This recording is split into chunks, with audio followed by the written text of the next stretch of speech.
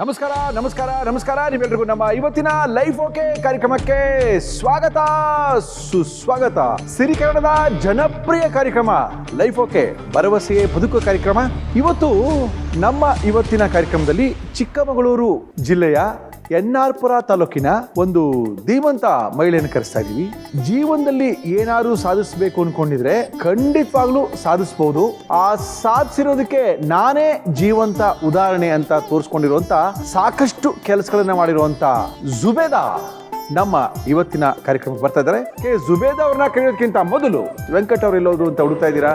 ವೆಂಕಟ್ ಅವ್ರು ರೆಡಿ ಆಗಿದ್ದಾರೆ. ವೆಂಕಟ್ ಅವರೇ ನಮಸ್ಕಾರ, ಬನ್ನಿ ಸರ್.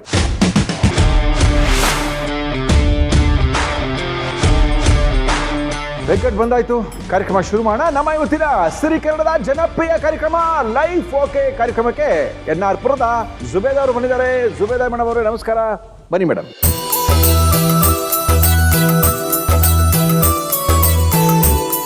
ಜುಬೇದಾ ಅವರ ಒಂದು ಸಣ್ಣ ಪರಿಚಯ ಮಾಡಿಕೊಡ್ತೀನಿ.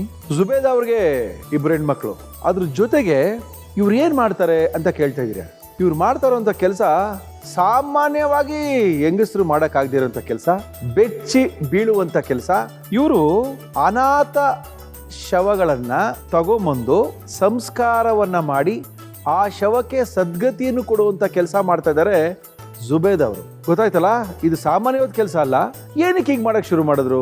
ಜುಬೇದಾ ಅವ್ರಿಗೆ ಈ ಅನಾಥ ಶವಗಳ ಮೇಲೆ ಯಾಕೆ ಆ ತರ ಅಕ್ಕರೆ ಬಂತು? ಅನಾಥ ಶವ ಹುಡ್ಕೊಂಡು ಹೆಂಗ್ ಹೋಗ್ತಾರೆ ಮುರಳಿಯವರೇ ಇವರು ಅಂತ ಕೇಳ್ಬೋದು. ಜುಬೇದಾ ಮೂಲತಃ ಮುಸ್ಲಿಂ ಜನಾಂಗದವರು. ಆದ್ರೆ ಇವರು ಯಾರಾದ್ರೂ ಹಿಂದೂಗಳು ಸತ್ತಿದ್ರು ಕೂಡ ಅವರ ಧರ್ಮಕ್ಕೆ ಸಂಬಂಧಪಟ್ಟಾಗೆ ಅವರ ಪದ್ಧತಿಯ ಪ್ರಕಾರ ಶಾಸ್ತ್ರೋಕ್ತವಾಗಿ ಸಂಸ್ಕಾರವನ್ನ ಮಾಡುವಂತ ಒಬ್ರು ಮಹಿಳೆ ಇವರು. ಏನಕ್ಕೆ ಹೀಗಾಯ್ತು ಇವ್ರ ಜೀವನದಲ್ಲಿ? ಅವ್ರ ಬಾಯಿಂದನೇ ಕೇಳೋಣ. ಈ ತರ ಯೋಚನೆ ನಿಮ್ಗೆ ಏನಕ್ಕೆ ಬಂತಪ್ಪ? ಸಮಾಜ ಸೇವೆ ಮಾಡ್ಬೇಕಂತ ನಂಗೆ ಕಾಲೇಜಲ್ಲೂ ತುಂಬಾ ಆಸಕ್ತಿ ಇತ್ತು ಸರ್. ಸಮಾಜ ಸೇವೆ ಮಾಡಕ್ಕೆ ಏನು ಸತ್ತಿರೋ ಹೆಣ್ಗಳು, ಅನಾಥ ಹೆಣ್ಗಳು ಯಾಕೆ ಆರಿಸ್ಕೊಂಡ್ರಿ? ಅದು ನಮ್ಮ ತಂದೆಯವರು ಒಂದು 12 ವರ್ಷದ ಹಿಂದೆ ಕೇರಳದಲ್ಲಿ ಆಕ್ಸಿಡೆಂಟ್ ಆಗಿ ತೀರೋದ್ರು. ಈಗ 12 ವರ್ಷದಿಂದ? ಹೌದು ಸರ್. ಆಯ್ತು. ಅವ್ರು ತೀರೋಗಿ ನಮಗೆ ಅದು ಇನ್ಫಾರ್ಮೇಶನ್ ಬರೋದಕ್ಕೆ 3 ದಿವಸ ಆಗೋಗಿತ್ತು. ಆಯ್ತು. ಅದು ನಾವು ಮನೆಯಲ್ಲಿ ಅಪ್ಪ ಬಂದಿಲ್ಲ, 3 ದಿವಸ ಆಗಿತ್ತು, ಎಲ್ಲ ಹೋದ್ರು, ಈ ಗೊಂದಲದಲ್ಲಿ ಇದ್ವಿ ನಾವು. ಅಷ್ಟೊತ್ತಿಗೆ ಕೇರಳದಲ್ಲಿ ಬೆಂಗಳೂರು ಪೊಲೀಸಿಗೆ ಇನ್ಫಾರ್ಮ್ ಮಾಡಿ ಈ ತರ ಒಬ್ರು ಡೆತ್ ಆಗಿದ್ದಾರೆ ಅಂತ ಗೊತ್ತಾಗಿ ನಮಗ್ ಗೊತ್ತಾಗತ್ತೆ 3-4 ಡೇಸ್ ಆಗಿತ್ತು. ಅವಾಗ ನಮ್ಗೆ ನಮ್ಮ ತಂದೆ ಸತ್ತಾಗ ಅಲ್ಲಿ ಲೋಕಲ್ ನಾವು ಹೋದಾಗ, ಎರ್ನಾಕುಲಂ ಅಲ್ಲಿ ತೀರೋಗಿದ್ದು, ಲೋಕಲ್ ಅಲ್ಲಿ ಹೋದಾಗ ಅಲ್ಲಿ ಅಕ್ಕಪಕ್ಕದವರೆಲ್ಲ ಹೇಳಿದ್ರು ತುಂಬಾ ಒದ್ದಾಡಿ ಪ್ರಾಣ ಬಿಟ್ರು. ಅದು ನಮ್ಮ ಮನಸ್ಸಿಗೆ ತುಂಬಾ ಆಘಾತ ಆಯ್ತು. ಎಲ್ಲೋ ನಮ್ಮ ತಂದೆ ಇದ್ದವರು ಎಲ್ಲೋ ಹೋಗಿ ಈ ತರ ಅನಾಥವಾಗಿ ತೀರೋದ್ರಲ್ಲ, ಆ ನೋವು ನಮ್ಮ ಮನಸ್ಸಲ್ಲಿ ತುಂಬಾ ಉಳ್ಕೊಂಡ್ಬಿಡ್ತು. ಅವತ್ತೇ ನಾನು ಶಪಥ ಮಾಡಿದೆ, ಈ ತರದಲ್ಲಿ ಯಾರು ನನ್ನ ಕಣ್ಣಿಗೆ ಬಿದ್ದಾಗೆ ಯಾರು ಎಲ್ಲೇ ತೀರೋಗ್ಲಿ ಅವ್ರನ್ನ ಶವ ಸಂಸ್ಕಾರ ಮಾಡ್ಬೇಕು ಅಂತೇಳಿ ನಿರ್ಧಾರ ಮಾಡಿ ಇವತ್ತಿನವರೆಗೂ ಮಾಡ್ತಾ ಬಂದಿದ್ದೀನಿ ಸರ್. ಅಂದ್ರೆ ನಿಮ್ ತಂದೆ ಸತ್ತ ನಂತರ 12 ವರ್ಷಗಳಿಂದ ಈ ಕೆಲಸ ಶುರು ಮಾಡಕ್ಕೆ? ಹೌದು. ಅನಾಥ ಶವ ಅಂತ ಗೊತ್ತಾದ ತಕ್ಷಣ ನಿಮಗೆ ಫೋನ್ ಬರುತ್ತೆ, ಆ ಕೆಲಸ ಮಾಡ್ತೀವಿ? ಹೌದು ಸರ್. ಪೊಲೀಸ್ ಇಲಾಖೆ ಮತ್ತೆ ಪಟ್ಟಣ ಪಂಚಾಯತಿ ನಂಗೆ ಇನ್ಫಾರ್ಮ್ ಮಾಡ್ತಾರೆ ಈ ತರ ತೀರೋಗಿದ್ದಾರೆ ಅಂತ ಹೇಳಿ. ತಕ್ಷಣ ಹೋಗಿ ಅವ್ರು ಯಾವಾಗ ಸಂಬಂಧಪಟ್ಟಿರೋ, ಕೆಲವರು ಹಚ್ಚೆ ಹಾಕ್ಸ್ಕೊಂಡಿರ್ತಾರೆ, ಹಣೆಯಲ್ಲಿ ಕುಂಕುಮ ಇರುತ್ತೆ, ಲೇಡೀಸ್ ಎಲ್ಲ ಆದ್ರೆ ಇದಿರುತ್ತೆ. ಅವಾಗ ಸ್ಟೇಷನ್ ಹೇಳ್ತಾರೆ ಇವರು ಹಿಂದೂ ಜನಾಂಗ, ಇವರು ಮುಸ್ಲಿಂ ಜನಾಂಗ ಅಂತ ಹೇಳಿ. ಅದೇ ಪದ್ಧತಿ ತರದಲ್ಲಿ ಮಾಡ್ತೀನಿ ಸರ್. ಆಂಬುಲೆನ್ಸ್ ಓಡಿಸ್ತೀರಾ? ಹೌದು ಸರ್. ಆಂಬುಲೆನ್ಸ್ ಡ್ರೈವರ್ ಆಗಿ ಕೂಡ ಕೆಲಸ ಮಾಡ್ತೀರಾ? ಹೌದು ಸರ್. ಅದೇ ಹೇಗಾಯ್ತು? ಅದು ಭಾರತೀಯ ಮಾನವ ಹಕ್ಕು ಸಂರಕ್ಷಣಾ ವೇದಿಕೆ ಅಂತ ಇಲ್ಲಿ ಬೆಂಗಳೂರಲ್ಲಿ ಇದೆ ಸರ್. ಅದಕ್ಕೆ ರಾಜ್ಯಾಧ್ಯಕ್ಷರು ಕೋದಂಡರಾಮ್ ಅಂತ ಇದ್ದಾರೆ. ಅವ್ರು ನಾನು ಸೋಷಿಯಲ್ ಸರ್ವಿಸ್ ಮಾಡೋದನ್ನೆಲ್ಲ ನೋಡ್ಬಿಟ್ಟು ಒಂದು ಆಂಬ್ಯುಲೆನ್ಸ್ ಅನ್ನು ನನಗೆ ಗಿಫ್ಟ್ ಆಗಿ ಕೊಟ್ರು ಸರ್. ಅದನ್ನ ಎನ್ನಾರ್ಪುರದಲ್ಲಿ ಭಾಗದಲ್ಲಿ ಇಟ್ಕೊಂಡಿದ್ದೀನಿ. ಕೋವಿಡ್ ಟೈಮಲ್ಲಿ ಅಂತೂ ತುಂಬಾ ಅದು ಹೆಲ್ಪ್ ಆಯ್ತು ನನಗೆ. ಯಾಕಂದ್ರೆ ಉಚಿತ ಸರ್. ಇಷ್ಟೆಲ್ಲ ಒಳ್ಳೆಯ ವ್ಯಕ್ತಿತ್ವ ಇರೋ ತರ ಕಾಣ್ತಾ ಇದೀರಿ. ಏನಾದ್ರು ನಿಮ್ಮ ಯಜಮಾನ್ರು? ಸರ್, ನಮ್ಮ ಯಜಮಾನ್ರಿಗೆ ಪ್ಯಾರಲೈಸಿಸ್ ಸ್ಟ್ರೋಕ್ ಆಗಿತ್ತು. ಮದ್ವೆ ಆಗಿ ಒಂದು 10-12 ವರ್ಷಕ್ಕೆ. ಮದ್ವೆ ಆಗಿ ಎಷ್ಟು ವರ್ಷ ಆಯ್ತು? ಒಂದು 26-27 ವರ್ಷ. ಇವಾಗ 28ನೇ ವರ್ಷ. ಓಕೆ. ಅವರು ಅವಾಗ ಸ್ಟ್ರೋಕ್ ಆಗಿ 3 ವರ್ಷ ಹಾಸಿಗೆಯಲ್ಲಿ ಇದ್ರು. ಅವಾಗ ನಾನು ಗೃಹಿಣಿ ಆಗಿದ್ದೆ, ಮನೆಯಿಂದ ಹೊರಗಡೆ ಬರೋಂಥ ಇದ್ರಲ್ಲಿ ಇರ್ಲಿಲ್ಲ ಅವರಿದ್ದಾಗ. ಆಮೇಲೆ ಅವರು ಹುಷಾರಿಲ್ದಾದಾಗ ಅವರನ್ನ ನೋಡ್ಕೋಬೇಕಿತ್ತು, ಸಮಸ್ಯೆಗಳು ತುಂಬಾ ಇತ್ತು. ಅವ್ರನ್ನ ಒಂದು ಗೂಡಂಗಡಿ ಇಟ್ಕೊಂಡು ಅವ್ರನ್ನ ನಾನು ಟ್ರೀಟ್ಮೆಂಟ್ ಮಾಡ್ತಾ ಇದ್ದೆ. ಅವ್ರು ಸ್ವಲ್ಪ ಆರೋಗ್ಯ ಚೇತರಿಸ್ಕೊಂಡ್ಮೇಲೆ ಅವರು ಬೇರೆ ಒಂದು ಲೇಡಿನ ಕರ್ಕೊಂಡು ಹೋಗ್ಬಿಟ್ರು ಸರ್. ನಿಮ್ಮನ್ನು ಬಿಟ್ಟು ಹೋದ್ರು? ಹೌದು. 2 ಹೆಣ್ಣು ಮಕ್ಳು ಇಟ್ಕೊಂಡು ನಿಮ್ಮನ್ನು ಬಿಟ್ಟು ಹೋದ್ರು? ಹೌದು.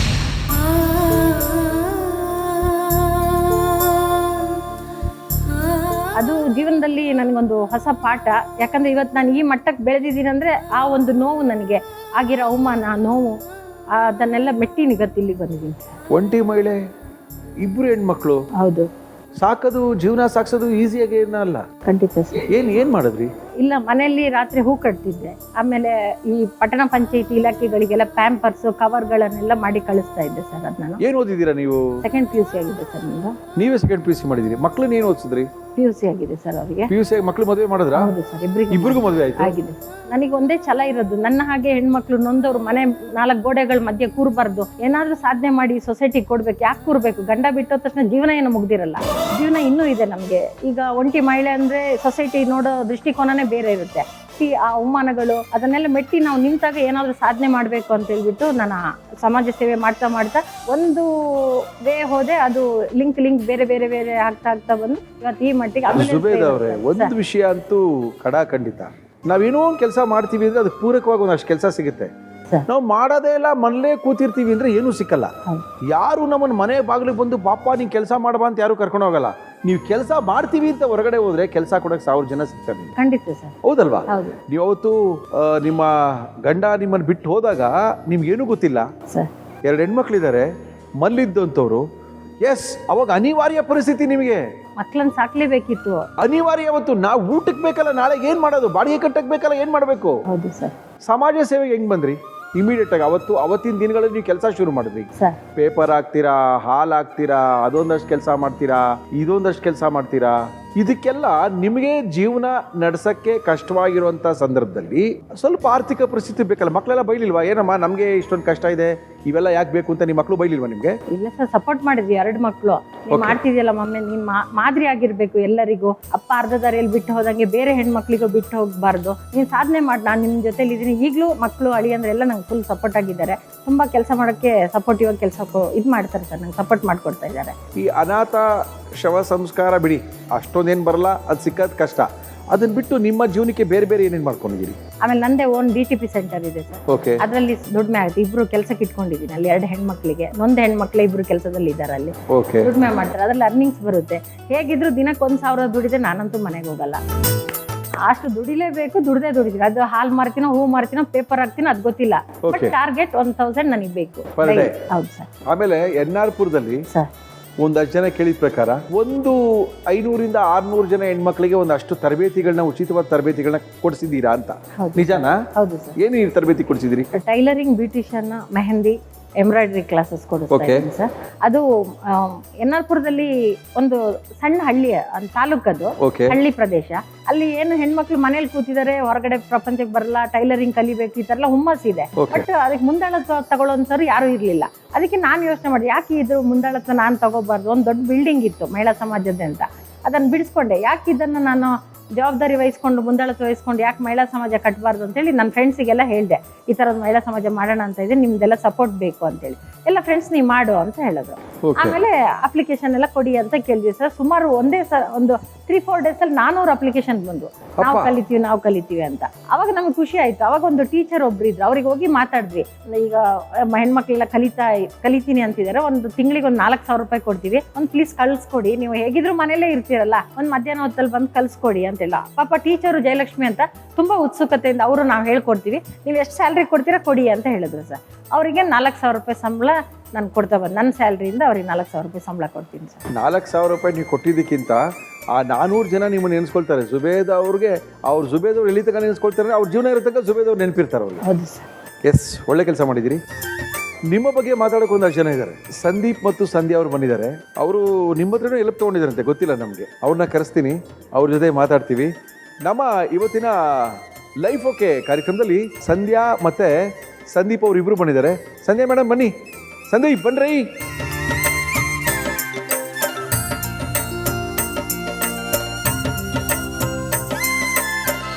ಹೆಂಗೆ ಜುಬೇದ್ ಅವ್ರು ಗೊತ್ತು ನಿಮಗೆ? ನಮ್ಮೂರಲ್ಲೇ ಇರೋದು ಸರ್. ಅವರು ಏನು ಮಾಡ್ತಾರೆ ನಿಮ್ಮೂರಲ್ಲಿ? Social service. ಏನು ಸೋಷಿಯಲ್ ವರ್ಕ್ ಮಾಡ್ತಾರೆ? ಯಾರ್ಯಾರು ನಿರ್ಗತಿಕರು ಬಂದ್ರು ಅವ್ರಿಗೆ ಸಹಾಯ ಹಸ್ತ ನೀಡ್ತಾರೆ.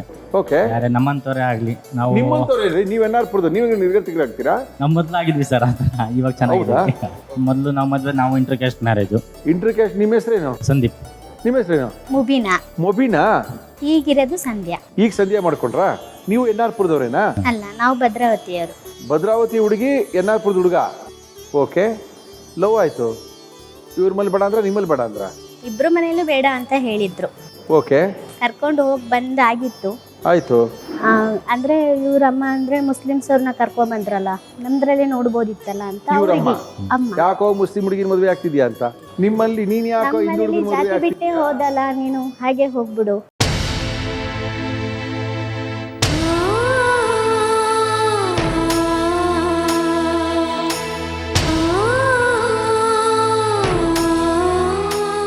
ಎಷ್ಟು ಜನ ಮಕ್ಕಳು?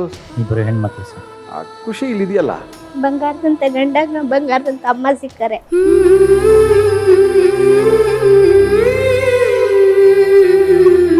ನಿಮ್ ತರ ಹತ್ಕೊಂಡು ಜುಬೇದ ಕೂತಿದ್ರೆ ಅವತ್ತು ಇಬ್ರು ಹೆಣ್ಮಕ್ಳನ್ನ ಸಾಕಕ್ಕಾಗ್ತಾ ಇರ್ಲಿಲ್ಲ. 400 ಜನ ಹೆಣ್ಮಕ್ಳಿಗೆ ಜೀವನ ತೋರ್ಸಕ್ಕಾಗ್ತಾ ಇರ್ಲಿಲ್ಲ. ಏನೋ ಒಂದಷ್ಟು ಕೆಲಸ ಮಾಡಿದಾರಲ್ಲ, ದೊಡ್ಡ ಕೆಲಸ ಅಲ್ಲದೆ ಇದ್ರು ಸಣ್ಣ ಕೆಲಸಗಳಾದ್ರು ಮಾಡಬೇಕು ಅಂತ ಮನಸ್ಸು ಬಂತಲ್ಲ. ನಾನು ಪಟ್ಟಿರುವಂಥ ಕಷ್ಟ ಬೇರೆಯವ್ರು ಪಡಬಾರ್ದು ಅಂತ ಮಾಡಿದ್ರಲ್ಲ, ಅದು ನಿಮ್ಮ ಮನೆಗೆ ಹೋಗೋದು ಬರೋದೆಲ್ಲ ಉಂಟಾ? ಇಲ್ಲ, ಇಲ್ಲ, ಇಲ್ವೇ ಇಲ್ವಾ? ಮದುವೆಗೆ ಎಷ್ಟು ವರ್ಷ ಆಯ್ತು? ಮದ್ವೆಯಾಗಿ 14 ವರ್ಷ ಆಯ್ತು. ಎಷ್ಟು? 14 ವರ್ಷ ಆಯ್ತು. 14 ವರ್ಷ ಆಯ್ತಾ? ಇನ್ನೂ ಒಪ್ಕೊಂಡಿಲ್ವಾ ನಿಮ್ಮಲ್ಲಿ? ಅಂದ್ರೆ ಅಣ್ಣ ತಮ್ಮ ಒಪ್ಕೋತಾ ಇಲ್ಲ, ಬೇಡ ಹೋದಳು ಹೋಗಿದ್ದಾಳೆ ಹಾಗೆ ಇರ್ಲಿ ಅಂತ. 14 ವರ್ಷದಿಂದ ಇವ್ರ ಮನೇಲಿ ನನ್ನನ್ನು ಒಪ್ಕೊಂಡಿಲ್ಲ. ನಿಮ್ಮಲ್ಲೂ ಒಪ್ಕೊಂಡಿಲ್ವಾ?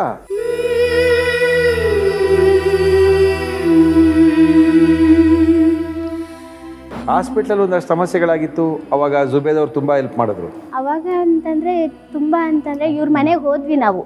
ಓಕೆ, ಹಿಂಗೆ ತುಂಬಾ ಪ್ರಾಬ್ಲಮ್ ಆಗಿದೆ, ಅವ್ರಿಗೆ ಮಣಿಪಾಲಿ ಬರ್ಕೊಟ್ಟಿದ್ದಾರೆ, ಉಳಿಯಲ್ಲ ಅಂತ ಹೇಳ್ತಿದ್ದಾರೆ ಅಂತ. ಬಟ್ ಅವಾಗ ನಮ್ಮ ಅತ್ತೆ ನನಗೆ 500 ರೂಪಾಯಿ ಕೊಟ್ರು, ತಗೋ ನನ್ನ ಹತ್ರ ಇರೋದು ಇಷ್ಟೇ ಅಂತ. ಬಟ್ ನನಗೆ ಅವಾಗ ಬೇಕಾಗಿತ್ತು, ತುಂಬಾ ಹಣ ಬೇಕಿತ್ತು.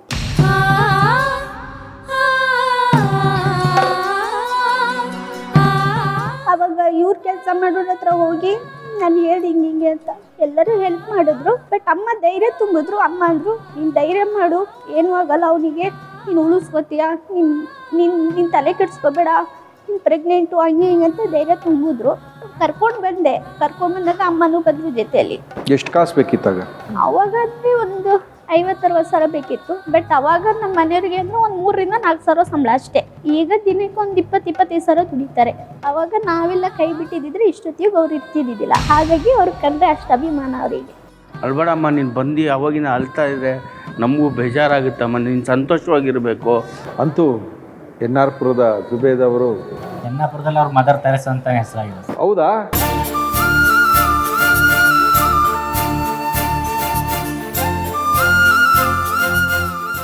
ಅದು ಗೊತ್ತಿಲ್ಲ ನಮ್ಗೆ. ಹೇಳಿ ಏನು? ಎನ್ನಾಪುರದಲ್ಲಿ ಅವ್ರ ಮದರ್ ತೆರೇಸಾ, ಎನ್ನಾರ್ಪುರದ ಮದರ್ ತೆರೇಸಾ ಜುಬೇದ. ಆಲ್ಮೋಸ್ಟ್ ಒಂದಿಲ್ಲ ಅಂದ್ರೂ ಒಂದು 50-60 ಜನ ಅಮ್ಮ ಅಂತ ಕರೀತಾರೆ ಅವರಿಗೆ. ನಾವು ಹೇಳ್ತೀವಿ ನಮ್ಮ ಕಾರ್ಯಕ್ರಮದಲ್ಲಿ, ಯಾವಾಗಲೂ ನಮ್ಮ ಕಾರ್ಯಕ್ರಮದಲ್ಲಿ ಬೇರೆಯವರಿಂದ ಸ್ಫೂರ್ತಿ ತಗೊಳ್ತೀವಿ, ನಮ್ಮ ಕಾರ್ಯಕ್ರಮಕ್ಕೆ ಬಂದವರಿಗೆ ಸ್ಫೂರ್ತಿ ಕೊಡ್ತೀವಿ ಅಂತ. ಜುಬೇದ್ ಅವ್ರಿಗೆ ಸ್ಫೂರ್ತಿ ತಗೊಳ್ತಾ ಇದೀವಿ. ನೀವು ಬಂದಿದ್ದು ಭಾಳ ಖುಷಿ ಆಯ್ತು ನಮಗೆ. ಯಾಕಂದರೆ ಖುಷಿಗಿಂತ ಏನಂತ ಹೇಳಿದ್ರೆ, ಕಷ್ಟದಲ್ಲಿದ್ದಾಗ ಯಾರಾದರೂ ಕೆಲಸ ಮಾಡಿಕೊಟ್ಟವ್ರನ್ನ ನೆನೆಸ್ಕೊಳ್ಳೋದೇ ಕಷ್ಟ ಸುಖ ಬಂದಾಗ. ಆದರೆ ಇವತ್ತಿನ ಜೀವನದಲ್ಲಿ ಅದನ್ನೆಲ್ಲ ಬಿಟ್ಟು ಅದಕ್ಕೆಲ್ಲ ಒಂದು ಬೇರೆ ಅರ್ಥವನ್ನೇ ಕೊಟ್ಟಿದ್ದಾರೆ ಜುಬೇದ್ ಅವರು. ಬಂದಿದ್ದು ಭಾಳ ಖುಷಿ ಆಯಿತು. ಥ್ಯಾಂಕ್ ಯು ಮಾ. Thank you sir. Thank you sir. ಮಾಡುವಂಥ ಹೆಲ್ಪು ಅವರ ಕಣ್ಣೀರಿನ ಮುಖಾಂತರ ಇವಾಗ ಉತ್ತರವಾಗಿ ಬಂತು. ಇದಕ್ಕಿಂತ ಜಾಸ್ತಿ ಇನ್ನೇನು ಬೇಕಾಗಲ್ಲ ಮನುಷ್ಯನಿಗೆ. ಅಲ್ಲಿ ಎನ್ನಾರ್ಪುರದಲ್ಲಿ ಒಂದು ಅನಾಥಾಶ್ರಮ ಇದೆ ಸರ್. Yes madam. ಅದರಲ್ಲಿ 103 ಮೆಂಬರ್ಸ್ ಇದ್ದಾರೆ. ಓಕೆ. ಅದು ಈ ಸಲ ನಾನು ಕೋವಿಡ್ ಬಂತಲ್ಲ, 1 ವರ್ಷ ಆಯ್ತಲ್ಲ, ಸುಮಾರು 27 ಜನಕ್ಕೆ ಬಿಟ್ಟಿದ್ದೀನಿ ಅನಾಥಾಶ್ರಮಕ್ಕೆ. ನಾನೇ ಕರ್ಕೊಂಡೋಗಿ ಬಿಟ್ಟಿರೋದು. ಅಪ್ಪ, ಹೇಗೆ ಅಂದರೆ ಚಿಕ್ಕಮಂಗ್ಳೂರಿಂದ ಎಲ್ಲ ಲಾರಿ ಹತ್ತಿಸಿ ಎಲ್ಲ ಕಳಿಸ್ಬಿಡ್ತಾರೆ. ತರಕಾರಿ ಲೋಡ್ಗಳು ಬರುತ್ತಲ್ಲ ಸರ್, ಹಾಂ, ವಯಸ್ಸಾದವರು ಜಾಸ್ತಿ 27 ಜನನೂ ಅದು ಮನಸ್ಸಿಗೆ ತುಂಬ ನೋವು. ಯಾರಪ್ಪನೋ ಯಾರಮ್ಮನೋ ಯಾರು ಎನ್ನಾರ್ಪುರ ಕಳಿಸ್ಬಿಡೋದಾ? ಒಟ್ಟು ಹತ್ತಿಸಿ ಕಳಿಸ್ಬಿಡ್ತಾರೆ. ಎನ್ನಾರ್ಪುರದಲ್ಲಿ ನಾನು ಈ ಥರ ಕೆಲಸ ಮಾಡ್ತೀನಿ ಅಂತ ಗೊತ್ತಿರುತ್ತಲ್ಲ ಸರ್, ಅಲ್ಲಿ ಕಳಿಸ್ಬಿಡ್ತಾರೆ. ಬಸ್ ಸ್ಟ್ಯಾಂಡಲ್ಲಿ ಅಲ್ಲಿ ಕೂತ ತಕ್ಷಣ ಫೋನ್ ಮಾಡ್ತಾರೆ, ಇಲ್ಲ ನೀವು ಕೂತಿದ್ದಾರೆ, ಇಲ್ಲಿ ಕೂತಿದ್ದಾರೆ ಅಂತ. ಈ ವರ್ಷದಲ್ಲಿ 27 ಜನಕ್ಕೆ ಇದು ಅನಾಥಾಶ್ರಮಕ್ಕೆ ಬಿಟ್ಟಿದ್ದೀನಿ. ನಾನು ಅನಾಥಾಶ್ರಮದಲ್ಲಿ ಜಾಸ್ತಿ ಇರ್ತೀನಿ, ಡೈಲಿ ಒಂದ್ಸಲ ಹೋಗ್ತೀನಿ. 103 ಜನ ಇದ್ದಾರೆ ಸರ್. ಅವ್ರನ್ನ ಯಾಕಂದ್ರೆ ನಮ್ಮ ತಂದೆ ಇಲ್ಲ ಈಗ, ಅವ್ರು ಸೇವೆ ಮಾಡಬೇಕಲ್ಲ. ಅಲ್ಲಿರೋ ತಂದೆಯಂದ್ರಿಗೆ ಸೇವೆ ಮಾಡ್ಕೊಂಡು, ಅವ್ರ ತಾಯಿಯವರೆಲ್ಲ ಇದ್ದಾರೆ, ಸೇವೆ ಮಾಡ್ಕೊಂಡು ನಾನು ಅಲ್ಲಿದ್ದೀನಿ ಸರ್, ಇರ್ತೀನಿ ಜಾಸ್ತಿ, ಅಲ್ಲೇ ಹೊತ್ತು ಕಳಿಯೋದು. ಯಾರಾದ್ರೂ ಸಹಾಯ ಮಾಡಿದಾರಾ? ಜುಬೇದ ಒಳ್ಳೆ ಕೆಲಸ ಮಾಡಿದ ಅವ್ರು ಯಾರೋ ಇದು ಆಂಬುಲೆನ್ಸ್ ಕೊಟ್ಟಿದ್ದಾರೆ ಅಂತ ಹೇಳಿದ್ರು. ಹೌದು, ಕೋದಂಡರಾಮನ್ ಅವರು ಆಂಬುಲೆನ್ಸ್ ಕೊಟ್ಟಿದ್ದಾರೆ. ಅದೇ ಥರ ಬೇರೆ ಏನಾದ್ರು ಹೆಲ್ಪ್ ಮಾಡಿದಾರ ಜುಬೇದ್ ಅವ್ರಿಗೆ? ಖಂಡಿತ ಇಲ್ಲ ಸರ್. ಓಕೆ. ಏನಕ್ಕೆ ಅಂದರೆ ಕಣ್ಣು ಕಾಣ್ಬೇಕು ಎಲ್ರಿಗೂ. ಯಾರೊಬ್ರು ಕೆಲಸ ಮಾಡಿದಾಗ ಕಲ್ಲಾಕೋದು 100 ಜನ, ಇಲ್ಲಪ್ಪ ಇಲ್ಲಿ ಏನೋ ಒಂದು ಉಪಯೋಗಕ್ಕೆ ಬರ್ತಾ ಇದ್ದಾರೆ, ಇವ್ರೇನೋ ಮಾಡ್ತಾ ಇದ್ದಾರೆ ಅಂತ ಹೇಳೋದು ಒಂದಷ್ಟು ಜನ. ಕೆಲವರು ಹೇಗಿದೆ ಅಂದರೆ ಸೊಸೈಟಿಲಿ ನಾವು ಸಮಾಜ ಸೇವೆ ಮಾಡ್ತೀವಿ. ಕೆಲವರಿಗೆ ಇವಳಿಗೆ ತಲೆ ಸರಿ ಇಲ್ಲ, ಯಾವಾಗ ನೋಡ್ರು ಹುಚ್ಚರ ಜೊತೆನೇ ಇರ್ತಾಳೆ, ಯಾವಾಗ ನೋಡ್ರು ಭಿಕ್ಷುಕರ ಜೊತೆನೇ ಇರ್ತಾಳೆ ಅಂತ ಮಾತಾಡ್ತಾರೆ. ನನಗೇನು ಬೇಜಾರಿಲ್ಲ. ನಾನು ಅವರಲ್ಲಿ ಅವ್ರಿಗೆ ಹೊಟ್ಟೆ ತುಂಬ ಊಟ ಹಾಕಿ ನಾನು ಉಪವಾಸ ಮಲಗಿದ್ದು ಇದ್ದೆ. ನಂಗೆ ಅದರಲ್ಲಿ ಸಂತೋಷ ಕಂಡಿದ್ದೀನಿ, ಅದರಲ್ಲಿ ತೃಪ್ತಿ ಕಂಡಿದ್ದೀನಿ. ನನ್ನ ತಂದೆ ತಾಯಿ ಥರ ಅವರು, ಅವ್ರ ಸೇವೆ ಮಾಡಿದ್ರಲ್ಲಿ ನನಗೆ ತೃಪ್ತಿ ಇದೆ ಸರ್. ಯಾರ್ದೋ ಇಷ್ಟಕ್ಕೆ ನಾವು ಜೀವನ ಮಾಡೋಕ್ಕಾಗಲ್ವಲ್ಲ. ಖಂಡಿತ ಸರ್. ನಮ್ಮ ಇಷ್ಟ, ನನ್ನ ಜೀವನ ಹಿಂಗಿರ್ಬೇಕು ಅಂತ ಜೀವನ ಮಾಡ್ತೀವಿ ನಾವು. ಒಂದು ಸಣ್ಣ ಇದಿದೆ ಸರ್ ಇನ್ಸಿಡೆನ್ಸು. ಒಂದು ಲೇಡಿ ತಮಿಳ್ನಾಡಿಂದ ನಡ್ಕೊಂಡು ಬಂದಿದ್ದಾರೆ. ಓಕೆ. ನಡ್ಕೊಂಡೇ ಬಂದಿರೋದು, ಎಷ್ಟೋ 1 ವರ್ಷದಿಂದನೇ ನಾನು ನಡ್ಕೊಂಡ್ ಬಂದಿದ್ದಾರೆ. ಲಾಸ್ಟಿಗೆ ಅವ್ರಿಗೆ ಫೈನಲ್ ಎಲ್ಲಿ ನಡಿಲಿಕ್ಕಾಗದೆ ಎನ್ನಾರ್ಪುರದಲ್ಲಿ ಮಸೀದಿ ಹತ್ರ ಬಿದ್ಬಿಟ್ಟಿದ್ದಾರೆ. ಕಾಲೆಲ್ಲ ಇಷ್ಟಿಷ್ಟು ದಪ್ಪ ಆಗಿ ಹುಣ್ಣಾಗ್ಬಿಟ್ಟಿದೆ, ನಡೆದು ಚಪ್ಪಲಿ ಹಾಕಿಲ್ಲ. 1 ವರ್ಷದಿಂದ ಅದೊಂದೇ ಬಟ್ಟೆ ಅಂತೆ ಅವ್ರು ಹಾಕೊಂಡ್ ಬಂದಿದ್ದಾರೆ. ನಡ್ಕೊಂಡ್ಬಂದು ಬಿದ್ದಿದ್ರು. ನನಗೆ ಯಾರೋ ಫೋನ್ ಮಾಡಿದ್ರು, ಈ ತರ ಒಂದು ಲೇಡಿ ಬಿದ್ದಿದ್ದಾರೆ ನನಗೆ ಫೋನ್ ಮಾಡೋದು ಸರ್. ಆವಾಗ ತಕ್ಷಣ ಹೋದೆ, ನಾನು ಹೋಗಿ ಆ ಅಮ್ಮನ್ನ ನೋಡಿದೆ. ಫುಲ್ ಏನು ಹುಷಾರೇ ಇರಲಿಲ್ಲ. ತಕ್ಷಣ ಏನು ಮಾಡಿದೆ, ಸ್ವಲ್ಪ ವೀಕ್ ಇದ್ರಲ್ಲ, ಎತ್ಕೊಂಡು ಹೋಗಿ ಅಲ್ಲೊಂದು ಅಂಗಡಿ ಖಾಲಿ ಇತ್ತು, ಒಂದು ಶಾಪು, ಅದರಲ್ಲಿ ಅವ್ರನ್ನ ಮಲಗಿಸಿದೆ ಚಾಪೆ ಎಲ್ಲ ತಂದು. ಆಮೇಲೆ ಅವ್ರ ಸ್ನಾನ ಮಾಡಿ ಫ್ರೆಶ್ ಅಪ್ ಮಾಡಿ ಹಾಸ್ಪಿಟ್ಲಿಗೆ ಕರ್ಕೊಂಡೋಗಿ ಅಡ್ಮಿಟ್ ಮಾಡಿ 2 ಡ್ರಿಪ್ ಹಾಕಿದ್ರು. ಆಮೇಲೆ ನಾನು ಏನು ಮಾಡಿದೆ, ಅವರನ್ನ ನನ್ನ ಜೊತೆಲಿ ಇಟ್ಕೊಂಡು ಒಂದು ಫೋಟೋ ತೆಗೆದು FB ಹಾಕಿದೆ. ದಯವಿಟ್ಟು ಇವರು ಮಕ್ಳು ಯಾರಿದ್ದಾರೆ ಕೈ ಮುಗಿತೀವಿ, ಬಂದು ಅವ್ರನ್ನ ಕರ್ಕೊಂಡೋಗಿ.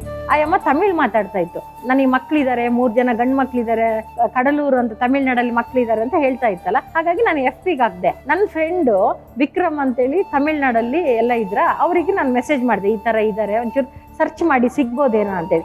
ನನ್ನ ಫ್ರೆಂಡ್ಸ್ ಒಂದು 5-6 ಜನ ಅಲ್ಲಿ ICICI ಬ್ಯಾಂಕಲ್ಲಿ ಯಾವ್ದಾದ್ರು ಕೆಲಸ ಮಾಡ್ತಿದ್ರು. ಅವರೆಲ್ಲ ಅವ್ರ ಮನೆಗೆ ಹೋದಾಗ ಈ ಅಮ್ಮನ ಫೋಟೋಗೆ ಹೂವಿನಾರ ಹಾಕಿದ್ದಾರೆ.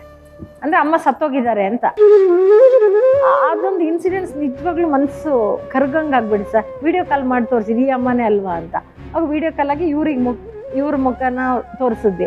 ಅವಾಗ ಅವ್ರು ಅಲ್ಲಿ ತಮಿಳ್ನಾಡಲ್ಲಿ ಏನೋ ಒಂದು ಹಬ್ಬ ಅಂತೆ. ಆ ಹಬ್ಬ ಅನೌನ್ಸ್ ಆದ್ಮೇಲೆ 15 ದಿವಸ ಈ ಕಡೆ ಬರಂಗಿಲ್ಲ ಅಂತ ಹೇಳಿ 15 ದಿವಸ ನೀವೇ ನೋಡ್ಕೊಳ್ಳಿ ಅಂತ ಹೇಳಿದ್ರು ನನಗೆ. ಅಲ್ಲಿ ಅವ್ರ ಮಕ್ಳು ಫೋನ್ ಮಾಡಿ 15 ದಿವಸನೂ ಅವರನ್ನ ನನ್ನ ತಾಯಿ ತರ ಹಾಸ್ಪಿಟಲ್ ಅಡ್ಮಿಟ್ ಮಾಡಿ ನೋಡಿ, ಮಾಮೂಲಿ ನಮ್ಮ ಅಮ್ಮನ ಹೆಂಗ್ ನೋಡ್ಕೋತೀನಿ ಹಾಗೆ ನೋಡ್ಕೊಂಡು ಇಟ್ಕೊಂಡಿದ್ದೆ.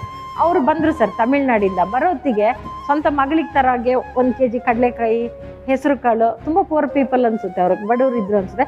ಅತ್ತನಲ್ಲ ಅದೇ ದೊಡ್ಡ ಆಸ್ತಿ ನಾನು ಅವತ್ತು ಪಡ್ಕೊಂಡಿದ್ದು ಅಂತ ಅನ್ಸಿದ್ದು. ಆ ಕಡಲೆಕಾಯಿ, ಹೆಸರು ಕಾಳು, ಅದೇನೋ ಗೋಡಂಬಿ ಬೀಜ ಎಲ್ಲ ತಂದಿದ್ರು ಸರ್. ಜುಬೇದ್ ಅವರ ಕೆಲಸಗಳು ಮಾತಾಡುತ್ತೆ.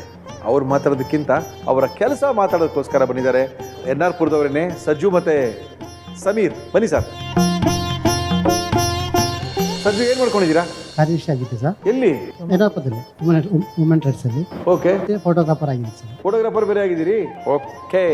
ಜುಬೇದ್ ಅವ್ರ ಹೆಂಗ್ ಪರಿಚಯ? ನಾನು ಮೊದಲು ಕೊಪ್ಪದಲ್ಲಿ ನಾನು ಕೆಲಸ ಮಾಡ್ತಾ ಇದ್ದೆ. ಓಕೆ. ಆವಾಗಿಂದ ಅವ್ರ ಮನೆಯಲ್ಲಿ ಕೊಪ್ಪದಲ್ಲೇ ಇತ್ತು. ಓಕೆ. ಹಾಗೆ ಹಿಂಗೆ ಸಮಾಜ ಸೇವೆ ಮಾಡ್ತಾ ಇದ್ರು. ಅಂದ್ರೆ ಅಷ್ಟು ಪರಿಚಯ ಇಲ್ಲ ನನಗೆ. ಹಿಂಗೆ ಈ ಥರ ಅನಾಥ ಶವ ತಗೊಂಡು ಹೋಗ್ತಾ ಇರೋದು, ಗೊತ್ತಿಲ್ಲಿದ್ದವ್ರು ಕೂತಿರ್ತಾರಲ್ಲ ಸರ್, ಅವ್ರನ್ನೆಲ್ಲ ಕರ್ಕೊಂಡು ಹೋಗಿ ಏನೋ ಮಾಡೋದು, ಅದೆಲ್ಲ ಅಷ್ಟೇ ನಮ್ಗೆ ಗೊತ್ತಿಬಿಟ್ರೆ ಏನು ಗೊತ್ತಿರಲಿಲ್ಲ. ಎನ್ನಾರ್ಪುರ ಬಂದ ಮೇಲೆ ಗೊತ್ತಾಯ್ತು ನನಗೆ ಇವ್ರು ಈ ಥರ ಮಾಡ್ತಾ ಇದ್ದಾರೆ. ಒಳ್ಳೇದ ಮಾಡ್ತಾ ಇರೋದು? ಒಳ್ಳೇದೇ ಮಾಡ್ತಾ ಇರೋದು. ಮಾಡಿದ್ರೆ ಹುಚ್ಚರು ಅಂತೀರಾ? ಎಲ್ಲರೂ ಒಂದೇ ಥರ ಇರೋದಿಲ್ಲ. ಓಕೆ ಸಜ್ಜು. ಸಮೀರ್ ಹೆಂಗೆ ಮೇಡಮ್ ಅವರು? ಮೇಡಮ್ ಅವ್ರ ಬಗ್ಗೆ ಏನು ಹೇಳೋದೇ ಬೇಡ ಸರ್. ಏನು ಒಳ್ಳೆಯ ಕೆಲಸಗಳಲ್ಲಿ ಎಲ್ಲ ಕಾರ್ಯಗಳಲ್ಲಿ ಅವರು ಮುಂಚೂಣಿಯಲ್ಲಿ ಇರ್ತಾರೆ. ಓಕೆ. ನಾನು ಒಂದು ಅಲಂಕಾರ ಸೌಂಡ್ಸ್ ಮತ್ತು ಶಾಮೇನ ಅಂತ ಹೇಳಿ ಒಂದು ಇದು ಮಾಡ್ಕೊಂಡು ಈವೆಂಟ್ಸ್ ನಡೆಸ್ತಾ ಇದ್ದೀವಿ. ಅವಾಗ ಇವರು ಒಂದು 20 ವರ್ಷದಿಂದ ನಂಗೆ ಪರಿಚಯ. ಯಾಕಂದರೆ ನಾವೆಲ್ಲ ಕಾರ್ಯಕ್ರಮದಲ್ಲಿ ಭಾಗವಹಿಸಿದಾಗ ಮೇಡಮ್ನವರು ಎಲ್ಲ ಕಾರ್ಯಕ್ರಮದಲ್ಲಿ ಮುಂಚೂಣಿಯಾಗಿ ಇರ್ತಿದ್ರು, ಎಲ್ಲ ಕಾರ್ಯಕ್ರಮಗಳಲ್ಲೂ.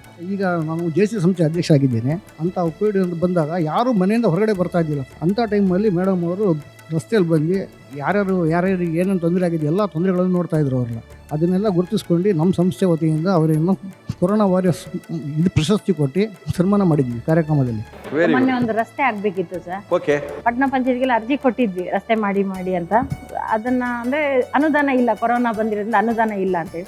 ಮತ್ತೆ ನಾನು ಊರವರಿಗೆಲ್ಲ ಕರ್ಕೊಂಡು ನಾವೇ ಒಂದು ರಸ್ತೆಯನ್ನ ಮಾಡಿದ್ವಿ. ಈಗ ಕೋಮು ಗಲಭೆ ಎಲ್ಲ ಆಗುತ್ತಲ್ಲ, ಆ ಥರ ಬರಬಾರ್ದು ಅಂತೇಳಿ ಮುಸ್ಲಿಂ ಹಬ್ಬ ಆದಾಗ ಹಿಂದೂಗಳನ್ನೆಲ್ಲ ಕರ್ಕೊಂಡು ಹೋಗ್ಬಿಡ್ತೀನಿ ಅಲ್ಲಿಗೆ. ಬಂದ್ರು ಈರುಳ್ಳಿ ಹೆಚ್ಚಿ ಬನ್ನಿ ಅದ್ ಮಾಡಿ ಅಂತ.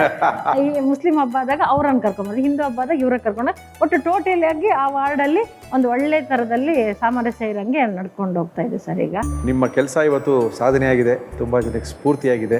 ಬಂದಿದ್ದು ಭಾಳ ಖುಷಿ ಆಯಿತು, ನಿಮ್ಮ ಜೊತೆ ಮಾತಾಡಿದ್ದು ಭಾಳ ಖುಷಿ ಆಯಿತು. ಯಾಕಂದರೆ ತುಂಬ ಜನ ಅಂದ್ಕೊಳ್ತಾರೆ ಜೀವನದಲ್ಲಿ ನನಗೆ ಕಷ್ಟ, ನಾನೇ ಕಷ್ಟದಲ್ಲಿದ್ದೀನಿ ಅಂತ ಅಂದ್ಕೊಳ್ತಾ ಇರ್ತಾರೆ. ಆದರೆ ಅವ್ರಿಗೆ ಗೊತ್ತಿರಲ್ಲ ಇನ್ನೊಬ್ರು ಎಷ್ಟು ಕಷ್ಟದಿಂದ ಅವ್ರು ಸಾಧನೆ ಮಾಡಿರ್ತಾರೆ ಅಂತ.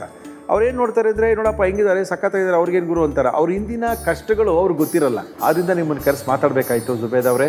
ನೀವು ಬಂದಿದ್ದು ಭಾಳ ಖುಷಿ ಆಯಿತು. ನಿಮ್ಮಿಂದ ಸಾಕಷ್ಟು ಜನ ನಮ್ಮ ಸಿರಿ ಕನ್ನಡದ ವೀಕ್ಷಕರು ಸ್ಫೂರ್ತಿಯನ್ನು ತಗೊಂಡಿದ್ದಾರೆ. ದೇವರು ಒಳ್ಳೇದು ಮಾಡಲಿ.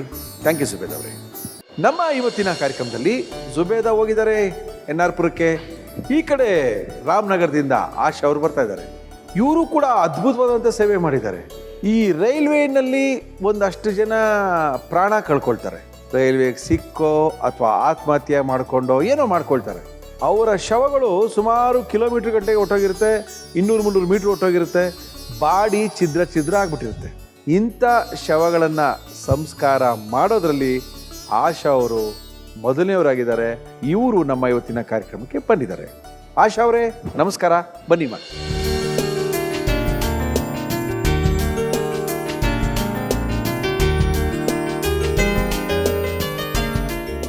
ಆಶಾ ಅವರೇ, ಮದುವೆ ಆಗಿದೆಯಾ? ಹೌದು ಸರ್. ಎಷ್ಟು ಜನ ಮಕ್ಕಳು? ಇಬ್ರು ಮಕ್ಕಳಿದ್ದಾರೆ. ಏನ್ ಮಾಡ್ತಾರೆ?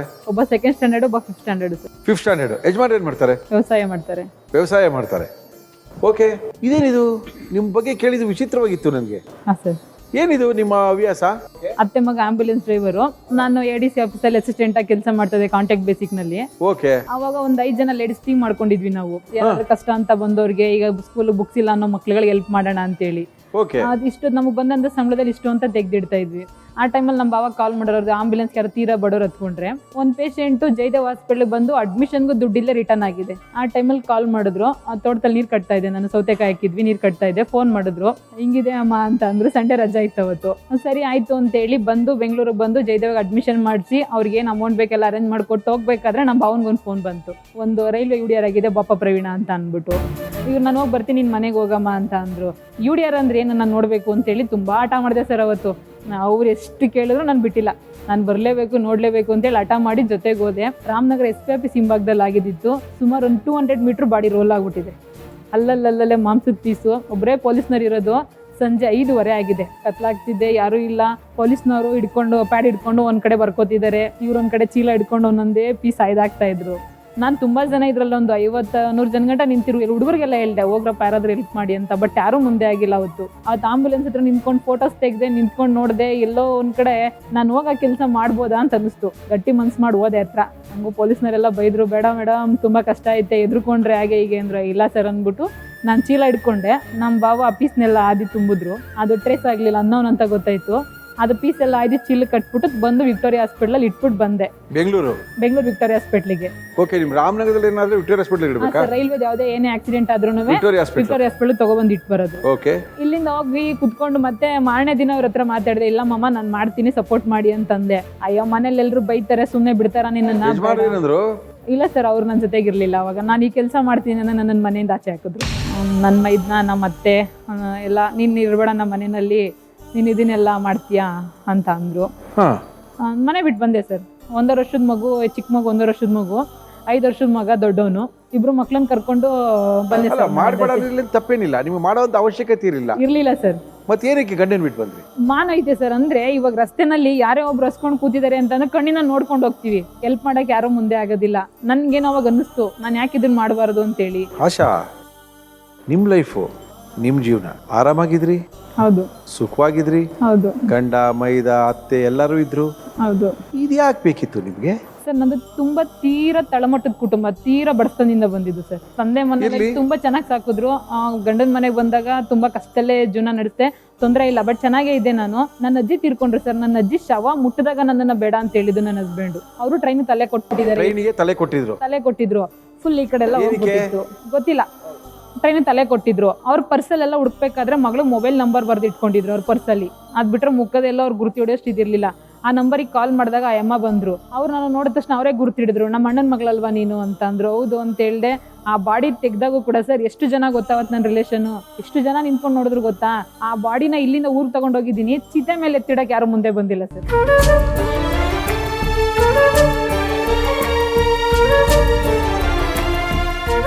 ಚಿತೆ ಇದೆ, ರೋಡಲ್ಲಿ ಆಂಬ್ಯುಲೆನ್ಸ್ ಇದೆ, ಒಂದು 10 ಮೀಟರ್ 15 ಮೀಟರ್ ಅಷ್ಟೇ ಸರ್. ಇಲ್ಲಿಂದ ಈ ಬಾಡಿ ಎತ್ತಿ ಯಾರು ಇಟ್ಟಿಲ್ಲ. ಅವತ್ತು ನಮ್ಮ ಭಾವಂಗೆ ಹೇಳಿದೆ ನಾನು, ಇಲ್ಲ ನಾವೇ ಮಾಡೋಣ, ಯಾರು ಮುಂದೆ ಬರ್ತಿಲ್ಲ ಅಂತ ತಗೊಂಡೋಗಿ ಇಟ್ಟು ಚಿತೆಗೂ ಬೆಂಕಿ ಇಟ್ಟು ಬಂದ್ವಿ ಸರ್. ಅವತ್ತು ಡಿಸೈಡ್ ಮಾಡಿದೆ ಸರ್ ನಾನು, ಯಾರು ಇಲ್ಲ, ಸತ್ತಾಗ ಬದುಕಿದಾಗೆಲ್ಲ ನಂದು. ಅವ್ರ ಹತ್ರ ಏನಾರ ಇದೆ ಅಂದ್ರೆ ಮಾತ್ರ ನಂದು. ಆ ಅಜ್ಜಿ ಹತ್ರ ಏನಿಲ್ಲ, ಒಂದು ಮನೆ ಇತ್ತು ಅಷ್ಟೇನೇನೆ. ಆ ಮನೆಗೋಸ್ಕರ ಮಗಳಿತ್ತು ಜೊತೆನಲ್ಲಿ, ತಾಯಿ ಸಾಕೊಂಡು. ಸತ್ತಾದ್ಮೇಲೆ ಯಾರು ಇಲ್ಲ. ಆ ಅಜ್ಜಿ ಸತ್ರು, ನೀವು ಹೆಣ ತಂದ್ರಿ. ಅವಾಗ ಹೆಣ ತರ್ತಿದ್ರ ನೀವು? ಅದು 4ನೇ ಬಾಡಿ ಅನ್ಕೋತೀನಿ ಸರ್. ಅವಾಗ ಅಲ್ಲಿ ತನಕ ಮನೆಯವ್ರು ಯಾರಿಗೂ ಗೊತ್ತಿರ್ಲಿಲ್ಲ ಸರ್. ಅವಾಗ ಬಟ್ ಕೆಲಸ ಮಾಡ್ತಾರೆ ಗೊತ್ತಿತ್ತು, ಕೆಲಸ ಮಾಡ್ತಾರೆ, ಹೆಣ ಎಲ್ಲ ಮುಟ್ತಾಳೆ ಅಂತ ಗೊತ್ತಿರ್ಲಿಲ್ಲ. ಏನೋ ಹೊರಗಡೆ ಕೆಲ್ಸಕ್ಕೆ ಹೋಗ್ತಿದ್ದಾಳೆ, ಏನೋ ಅವ್ರ ಭಾವ ಮಾಡ್ತಾರೆ, ಸಪೋರ್ಟ್ ಮಾಡ್ತಿರಲ್ಲ ಅಂತ ಮಾತ್ರ ಗೊತ್ತಿತ್ತು. ಬಟ್ ಇವಳೆ ಸವ ಮುಟ್ತಿರಲ್ಲ ಅಂತ ಅವ್ರಿಗೆ ಗೊತ್ತಿರ್ಲಿಲ್ಲ. ನಿಮ್ಮ ಡಿಸಿಷನ್ ಕರೆಕ್ಟ್ ಆಗಿತ್ತು ಅವತ್ತಿಗೆ? ಹಾಂ ಸರ್. ನಿಮ್ಮ ಯಜಮಾನರು ತಿರ್ಗಾ ನೋಡಕ್ ಬರಲಿಲ್ಲ ನಿಮ್ನ? ಇಲ್ಲ ಸರ್, ಬಂದಿಲ್ಲ.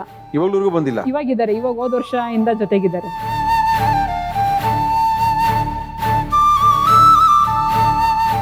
ಓಕೆ. ಎಷ್ಟು ವರ್ಷ ಆಗಿತ್ತು ನಿಮ್ಮನ್ನ ನೋಡಿದೆ? 5 ವರ್ಷ ಆಗಿತ್ತು. 5 ವರ್ಷದಲ್ಲಿ ಎಷ್ಟು ಅನಾಥ ಶವಗಳನ್ನ? ಇಲ್ಲಿಗೆ ಸರ್ 4122 ದಫನ್ ಮಾಡಿದ್ದೀನಿ ಸರ್. ನಿನ್ನೆಗೆ 4121 ಶವಗಳನ್ನ, ಅನಾಥ ಶವಗಳನ್ನ ಸಂಸ್ಕಾರ ಮಾಡೋದು ಅಷ್ಟೊಂದು ಈಸಿ ಅಲ್ಲ. ಒಳ್ಳೆ ಕೆಲಸ ಮಾಡಿದಿರಿ. ನಿನ್ನೆದೇನಾಗಿತ್ತು ಸರ್? ನಿನ್ನೆ ಮೆಡಿಕಲ್ ಶಾಪ್ ಇದೆ ಸರ್ ರಾಮನಗರದಲ್ಲಿ, ಬ್ರಿಟಿಷ್ ಲಿಕ್ಕರ್ ಇದೆ. ಅಲ್ಲಿ ಡೌನಿಗೆ ಹೋದ್ರೆ ಒಂದು ಸುಧಾ ಕ್ಲಿನಿಕ್ ಅಂತ ಹಾಸ್ಪಿಟಲ್ ಇದೆ. ಅದ್ರ ಮುಂಭಾಗ ಒಬ್ಬ ವ್ಯಕ್ತಿ ಅನ್ಕಾನ್ಸಿಯಸ್ ಆಗಿ ಡೆತ್ ಆಗಿದೆ ಸರ್. ರಾಮನಗರದಲ್ಲಿ. ಆತನ್ಗೆ ಯಾರು ಇಲ್ಲ. ಅವ್ನ ಜೇಬಲ್ಲಿ ಒಂದು OPD ಚೀಟ್ ಇತ್ತು ಸರ್. ನಾವು ಶವದ ಮುಂದೆ ಹೋದಾಗ ಫಸ್ಟ್ ಫೋಟೋ ತಗೋತೀವಿ, ಮತ್ತೆ ಪೊಲೀಸ್ನವ್ರು ಇಲ್ಲೇ ನಾವೇನು ಇದು ಮಾಡಲ್ಲ. ಅವ್ನ ಜೇಬಲ್ಲಿ ಚೆಕ್ ಮಾಡಿದಾಗ ಒಂದು ಗೌರ್ಮೆಂಟ್ ಹಾಸ್ಪಿಟಲ್ OPD ಚೀಟ್ ಇತ್ತು ಸರ್. ಅದು ರೆಫರ್ ಟು ಕೋವಿಡ್ OPD ಅಂತ ಬರ್ದಿತ್ತು ಸರ್. Okay. Refer to Covid OPD ಅಂತ ಬರ್ದಿತ್ತು. ಚೆಕ್ ಮಾಡಿದಾಗ ಅವನ ಹೆಸರಿತ್ತು. ಮತ್ತೆ ಅವ್ನು ಬೆಂಗಳೂರು ಗೌರಿಪಳ್ಳಿ ಅಂತ ಗೊತ್ತಾಯ್ತು. ಅವನಿಗೆ ಯಾರು ಇಲ್ಲ. ಅಲ್ಲಿ ಬೆಂಗಳೂರು ರಾಮನಗರದಲ್ಲಿ ಬಂದು ಗುಜರಾತ್ ಕೆಲಸ ಮಾಡ್ತಾ ಇದೆ ಅಂತ ಗೊತ್ತಾಯ್ತು. 5 ಡೇಸ್ ಇಟ್ವಿ ಸರ್, ಯಾರಾದ್ರೂ ಬರ್ಬೋದು, ಟ್ರೇಸ್ ಆಗುತ್ತೆ ಅಂತೇಳಿ. ಬಂದಿಲ್ಲ.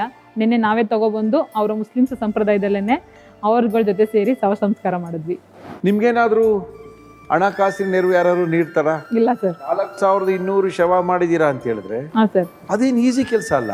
ನೀವು ಕಾಸು ಹಾಕಿ, ನೀವೇ ಕಾಸು ಹಾಕೊಂಡು ಮಾಡ್ಬೇಕು ಎಷ್ಟೋ ಸರಿ. ಸರ್ ನಿಜ. ಅದು ಯಾರು ಕಾಸು ಕೊಡಲ್ಲ ಅದಕ್ಕೆ? ಕೊಡಲ್ಲ ಸರ್. ಯಾರಾದ್ರೂ ಕಾಸು ಕೊಟ್ಟಿರೋದು ಉಂಟಾ? ಶವ ಸಂಸ್ಕಾರಕ್ಕೆ ಅಂತ ಬಾಯಿ ಬಿಟ್ಟು ಕೇಳಿದ್ರು ಇಲ್ಲ ಅಂದಿರೋ ಉದಾಹರಣೆಗಳಿದೆ ಸರ್. ಅವತ್ತು ನನ್ನ ಪರಿಸ್ಥಿತಿ ಕೆಟ್ಟದಾಗಿ ಫೋನ್ ಮಾಡಿ ಕೇಳಿದ್ದೀನಿ ಕೆಲವ್ರಿಗೆ. ಇವತ್ತೊಂದು 2 ಬಾಡಿ 3 ಬಾಡಿ ತಗ್ಲಾಕೊಳ್ಳುತ್ತೆ ಒಂದೊಂದ್ಸರಿ. ಹಿಂಗಿದೆ ಅಂತ ಅಂದಾಗ ಪೆಟ್ರೋಲ್ ಚಾರ್ಜ್ಗೂ ಕೇಳಿದ್ದೀನಿ ಸರ್ ಕೆಲವ್ರನ್ನ. ಕೆಲವೊಂದು ಸಂದರ್ಭದಲ್ಲಿ ಯಾರೂ ಮುಂದಾಗಿಲ್ಲ ಸರ್. ನನ್ಗೆ ಇವಾಗ ಇತ್ತೀಚೆಗೆ 2 ವರ್ಷದ ಜೊತೆ ಬಂದಿದ್ದು ನನ್ನ ಅಕ್ಕನ ಮಕ್ಳು ಸರ್. ನಾನು ಇದೀನಮ್ಮ ನಿನ್ನ ಸಪೋರ್ಟ್ಗೆ ನೀನು ಮಾಡು. ನನ್ನ ಬಾವನ್ ಬಿಟ್ರೆ ನನ್ನ ಜೊತೆಗೆ ಯಾರು ಇರಲಿಲ್ಲ ಸರ್. ನನ್ನ ಮಕ್ಳನ್ನ ಕರ್ಕೊಂಡು ಮನೆಯಿಂದ ಆಚೆ ಬಂದಾಗ ನನ್ನ ಭಾವನಿಗೆ ಎಷ್ಟು ಜನ ಮಕ್ಕಳು? ಅವ್ರಿಗೆ 2 ಹೆಣ್ಮಕ್ಳಿದ್ದಾರೆ ಸರ್. ಓ. ಅವ್ರ ಹತ್ರ ಕುತ್ಕೊಂಡು ಡಿಸ್ಕಸ್ ಮಾಡಿದೆ, ಮನೆಯಿಂದ ಹಿಂಗಂದ್ರು ಅಂತ. ಬಟ್ ನಿಮ್ಮಲ್ಲಿ ಯಾರು ಬೈದಿಲ್ವಾ? ಇದೆಲ್ಲ ಏನ್ ಮಾಡ್ಕೊಂಡಿದ್ದೀರಾ, ಇದರಿಂದ ಉಪಯೋಗನೂ ಇಲ್ಲ? ತುಂಬಾ ಜನ ಸರ್. ಯಾರು ನನ್ನ ಜೊತೆ ಸಣ್ಣ ಹೇಳಿ, ನನ್ನ ತಂದೆ ಬಿಟ್ರೆ, ನನ್ನ ಮಾವನ್ ಬಿಟ್ರೆ ನನ್ನ ಜೊತೆ ಯಾರು ಇರ್ಲಿಲ್ಲ ಸರ್ ಅವತ್ತು. ನನ್ನ ತಾಯಿ, ನನ್ನ ತಂದೆ, ನನ್ನ ಮಾವ. ಸುಮ್ಮನೆ ಒಂದು ಪ್ರಶ್ನೆ, ಇದೆಲ್ಲ ಮಾಡಿದಿರಿ, 4500 ಶವ ಸಂಸ್ಕಾರ, 4200 ಶವ ಸಂಸ್ಕಾರ ಮಾಡಿದಿರಿ, ಇದು ಬೇಕಿತ್ತಾ ಅಂತ ಅನ್ಸಿದ್ಯಾ? ಇಲ್ಲ ಸರ್, ನನಗೆ ಯಾವತ್ತೂ ಆ ಕ್ವಶನ್ ನಾನು ಮಾಡ್ಕೊಂಡಿಲ್ಲ. ನನ್ನ ಮನ್ಸಿಗೆ ತೃಪ್ತಿ ಇದೆ. ನಾನು ಮಾಡ್ತಾ ಕೆಲಸ ತುಂಬಾ ಖುಷಿ ಕಾಣ್ತಾ ಇದ್ದೀನಿ ನಾನು. ಅಲ್ಲ, ಸೇವೆ ಮಾಡೋಕ್ಕೆ ಬೇಕಾದಷ್ಟು ಮಾರ್ಗಗಳಿದೆ. ಅದನ್ನು ಬಿಟ್ಟು ಇದು ಯಾವ ಕೆಲಸ ಇದು ಅಂತ ಅನ್ಸಿರ್ಬೋದು ಅಲ್ಲ? ಯಾರು ಅನ್ನಲ್ಲ, ಅನ್ನೋರು 1000 ಜನ ಇರ್ತಾರೆ, ಅದು ಅನ್ಕೊಳ್ಳಿ.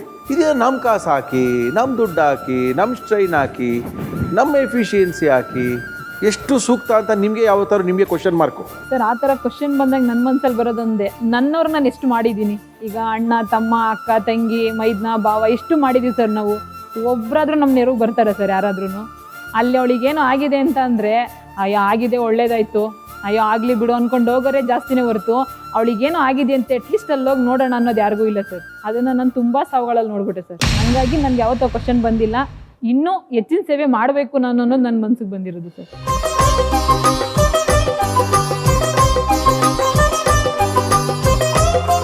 ಇವಾಗ ನಿಮ್ಮ ಯಜಮಾನರು ನಿಮ್ಮ ಜೊತೆಗೆ ವಾಪಸ್ ಬಂದರು 5 ವರ್ಷದ ನಂತರ. ಹಾಂ ಸರ್. ಇವಾಗ ಏನು ಅನ್ನಲ್ವಾ ಅವರು? ಏನು ಅನ್ನೋದಿಲ್ಲ ಸರ್. ಇವಾಗ ವಯಸ್ಸಾಯ್ತು ಅಂತನ ಅಥವಾ ಬೇಜಾರಾಗ ಹೆಂಗಾರ ಹೋಗ್ಲಿ ಅಂತನ? ಇಲ್ಲ ಸರ್, ನಾ ಇವಾಗ ಬಂದಿದ್ದೀನಿ. ಎಲ್ಲರೂ ಮಾತಾಡೋದನ್ನ ಕೇಳ್ತಾರೆ. ನಮ್ಮ ಭಾವ ಮತ್ತೆ ನಮ್ಮೂರಲ್ಲಿ 1-2 ಇನ್ಸಿಡೆಂಟ್ ನಡೀತು ಸರ್. ಅಲ್ಲಿ ಊರಿನ ಗ್ರಾಮ ಪಂಚಾಯತಿ ಮೆಂಬರ್ಗಳೇ ಹೋಗ್ಬಿಟ್ಟು ಮನೆ ಹತ್ರ, ಇಲ್ಲಪ್ಪ ಅಷ್ಟು ಒಳ್ಳೆ ಕೆಲಸ ಮಾಡ್ತಿದ್ದಾಳೆ ಅಮ್ಮ, ನೀನು ಅಂತ ಹುಡುಗಿನ ಮನೆಯಿಂದ ಆಚೆ ಹೋಗು ಅಂತ ಹೇಳಿದ್ಯಲ್ಲ ಅಂತೇಳಿ ತುಂಬ ಜನ ಮಾತಾಡಿದ್ಮೇಲೆ, ಇಲ್ಲ ನಂದೇ ತಪ್ಪಾಯ್ತು, ನಾನು ಅವತ್ತು ಗೊತ್ತಿಲ್ಲೇ ಮಾತಾಡಿದೆ ಅಂತೇಳಿ ಇವಾಗ ಜೊತೆ ಅತ್ತೆ ನಿಮ್ಮ ಮೈದಾ ಎಲ್ಲ ಒಪ್ಕೊಂಡ್ರ? ಎಲ್ಲರೂ ಒಪ್ಕೊಂಡ್ರು. ಎಲ್ಲ ಗಂಡ ಎಲ್ಲ ಬಂದಿದ್ದಾರೆ, ಮನೆಯವರೆಲ್ಲ ಚೆನ್ನಾಗಿದ್ದಾರೆ. 4200 ಆಯಿತು. ನಾಳೆಯಿಂದ ಸ್ಟಾಪ್ ಮಾಡಬೇಕು ಅಂತ ಅನ್ಸಿಲ್ವಾ? ಇಲ್ಲ ಸರ್, ಮಾಡಲ್ಲ ಸರ್. ನಾನು ಕೊನೆ ಉಸಿರೋ ತನಕ ನಾನು ಮಾಡ್ತೀನಿ ಸರ್ ಇದನ್ನೇ. ಯಾರು ಸಪೋರ್ಟ್ ಮಾಡಲಿ ಬಿಡಲಿ, ನಾನು ಮಾಡೇ ಮಾಡ್ತೀನಿ ಸರ್ ಇದನ್ನು.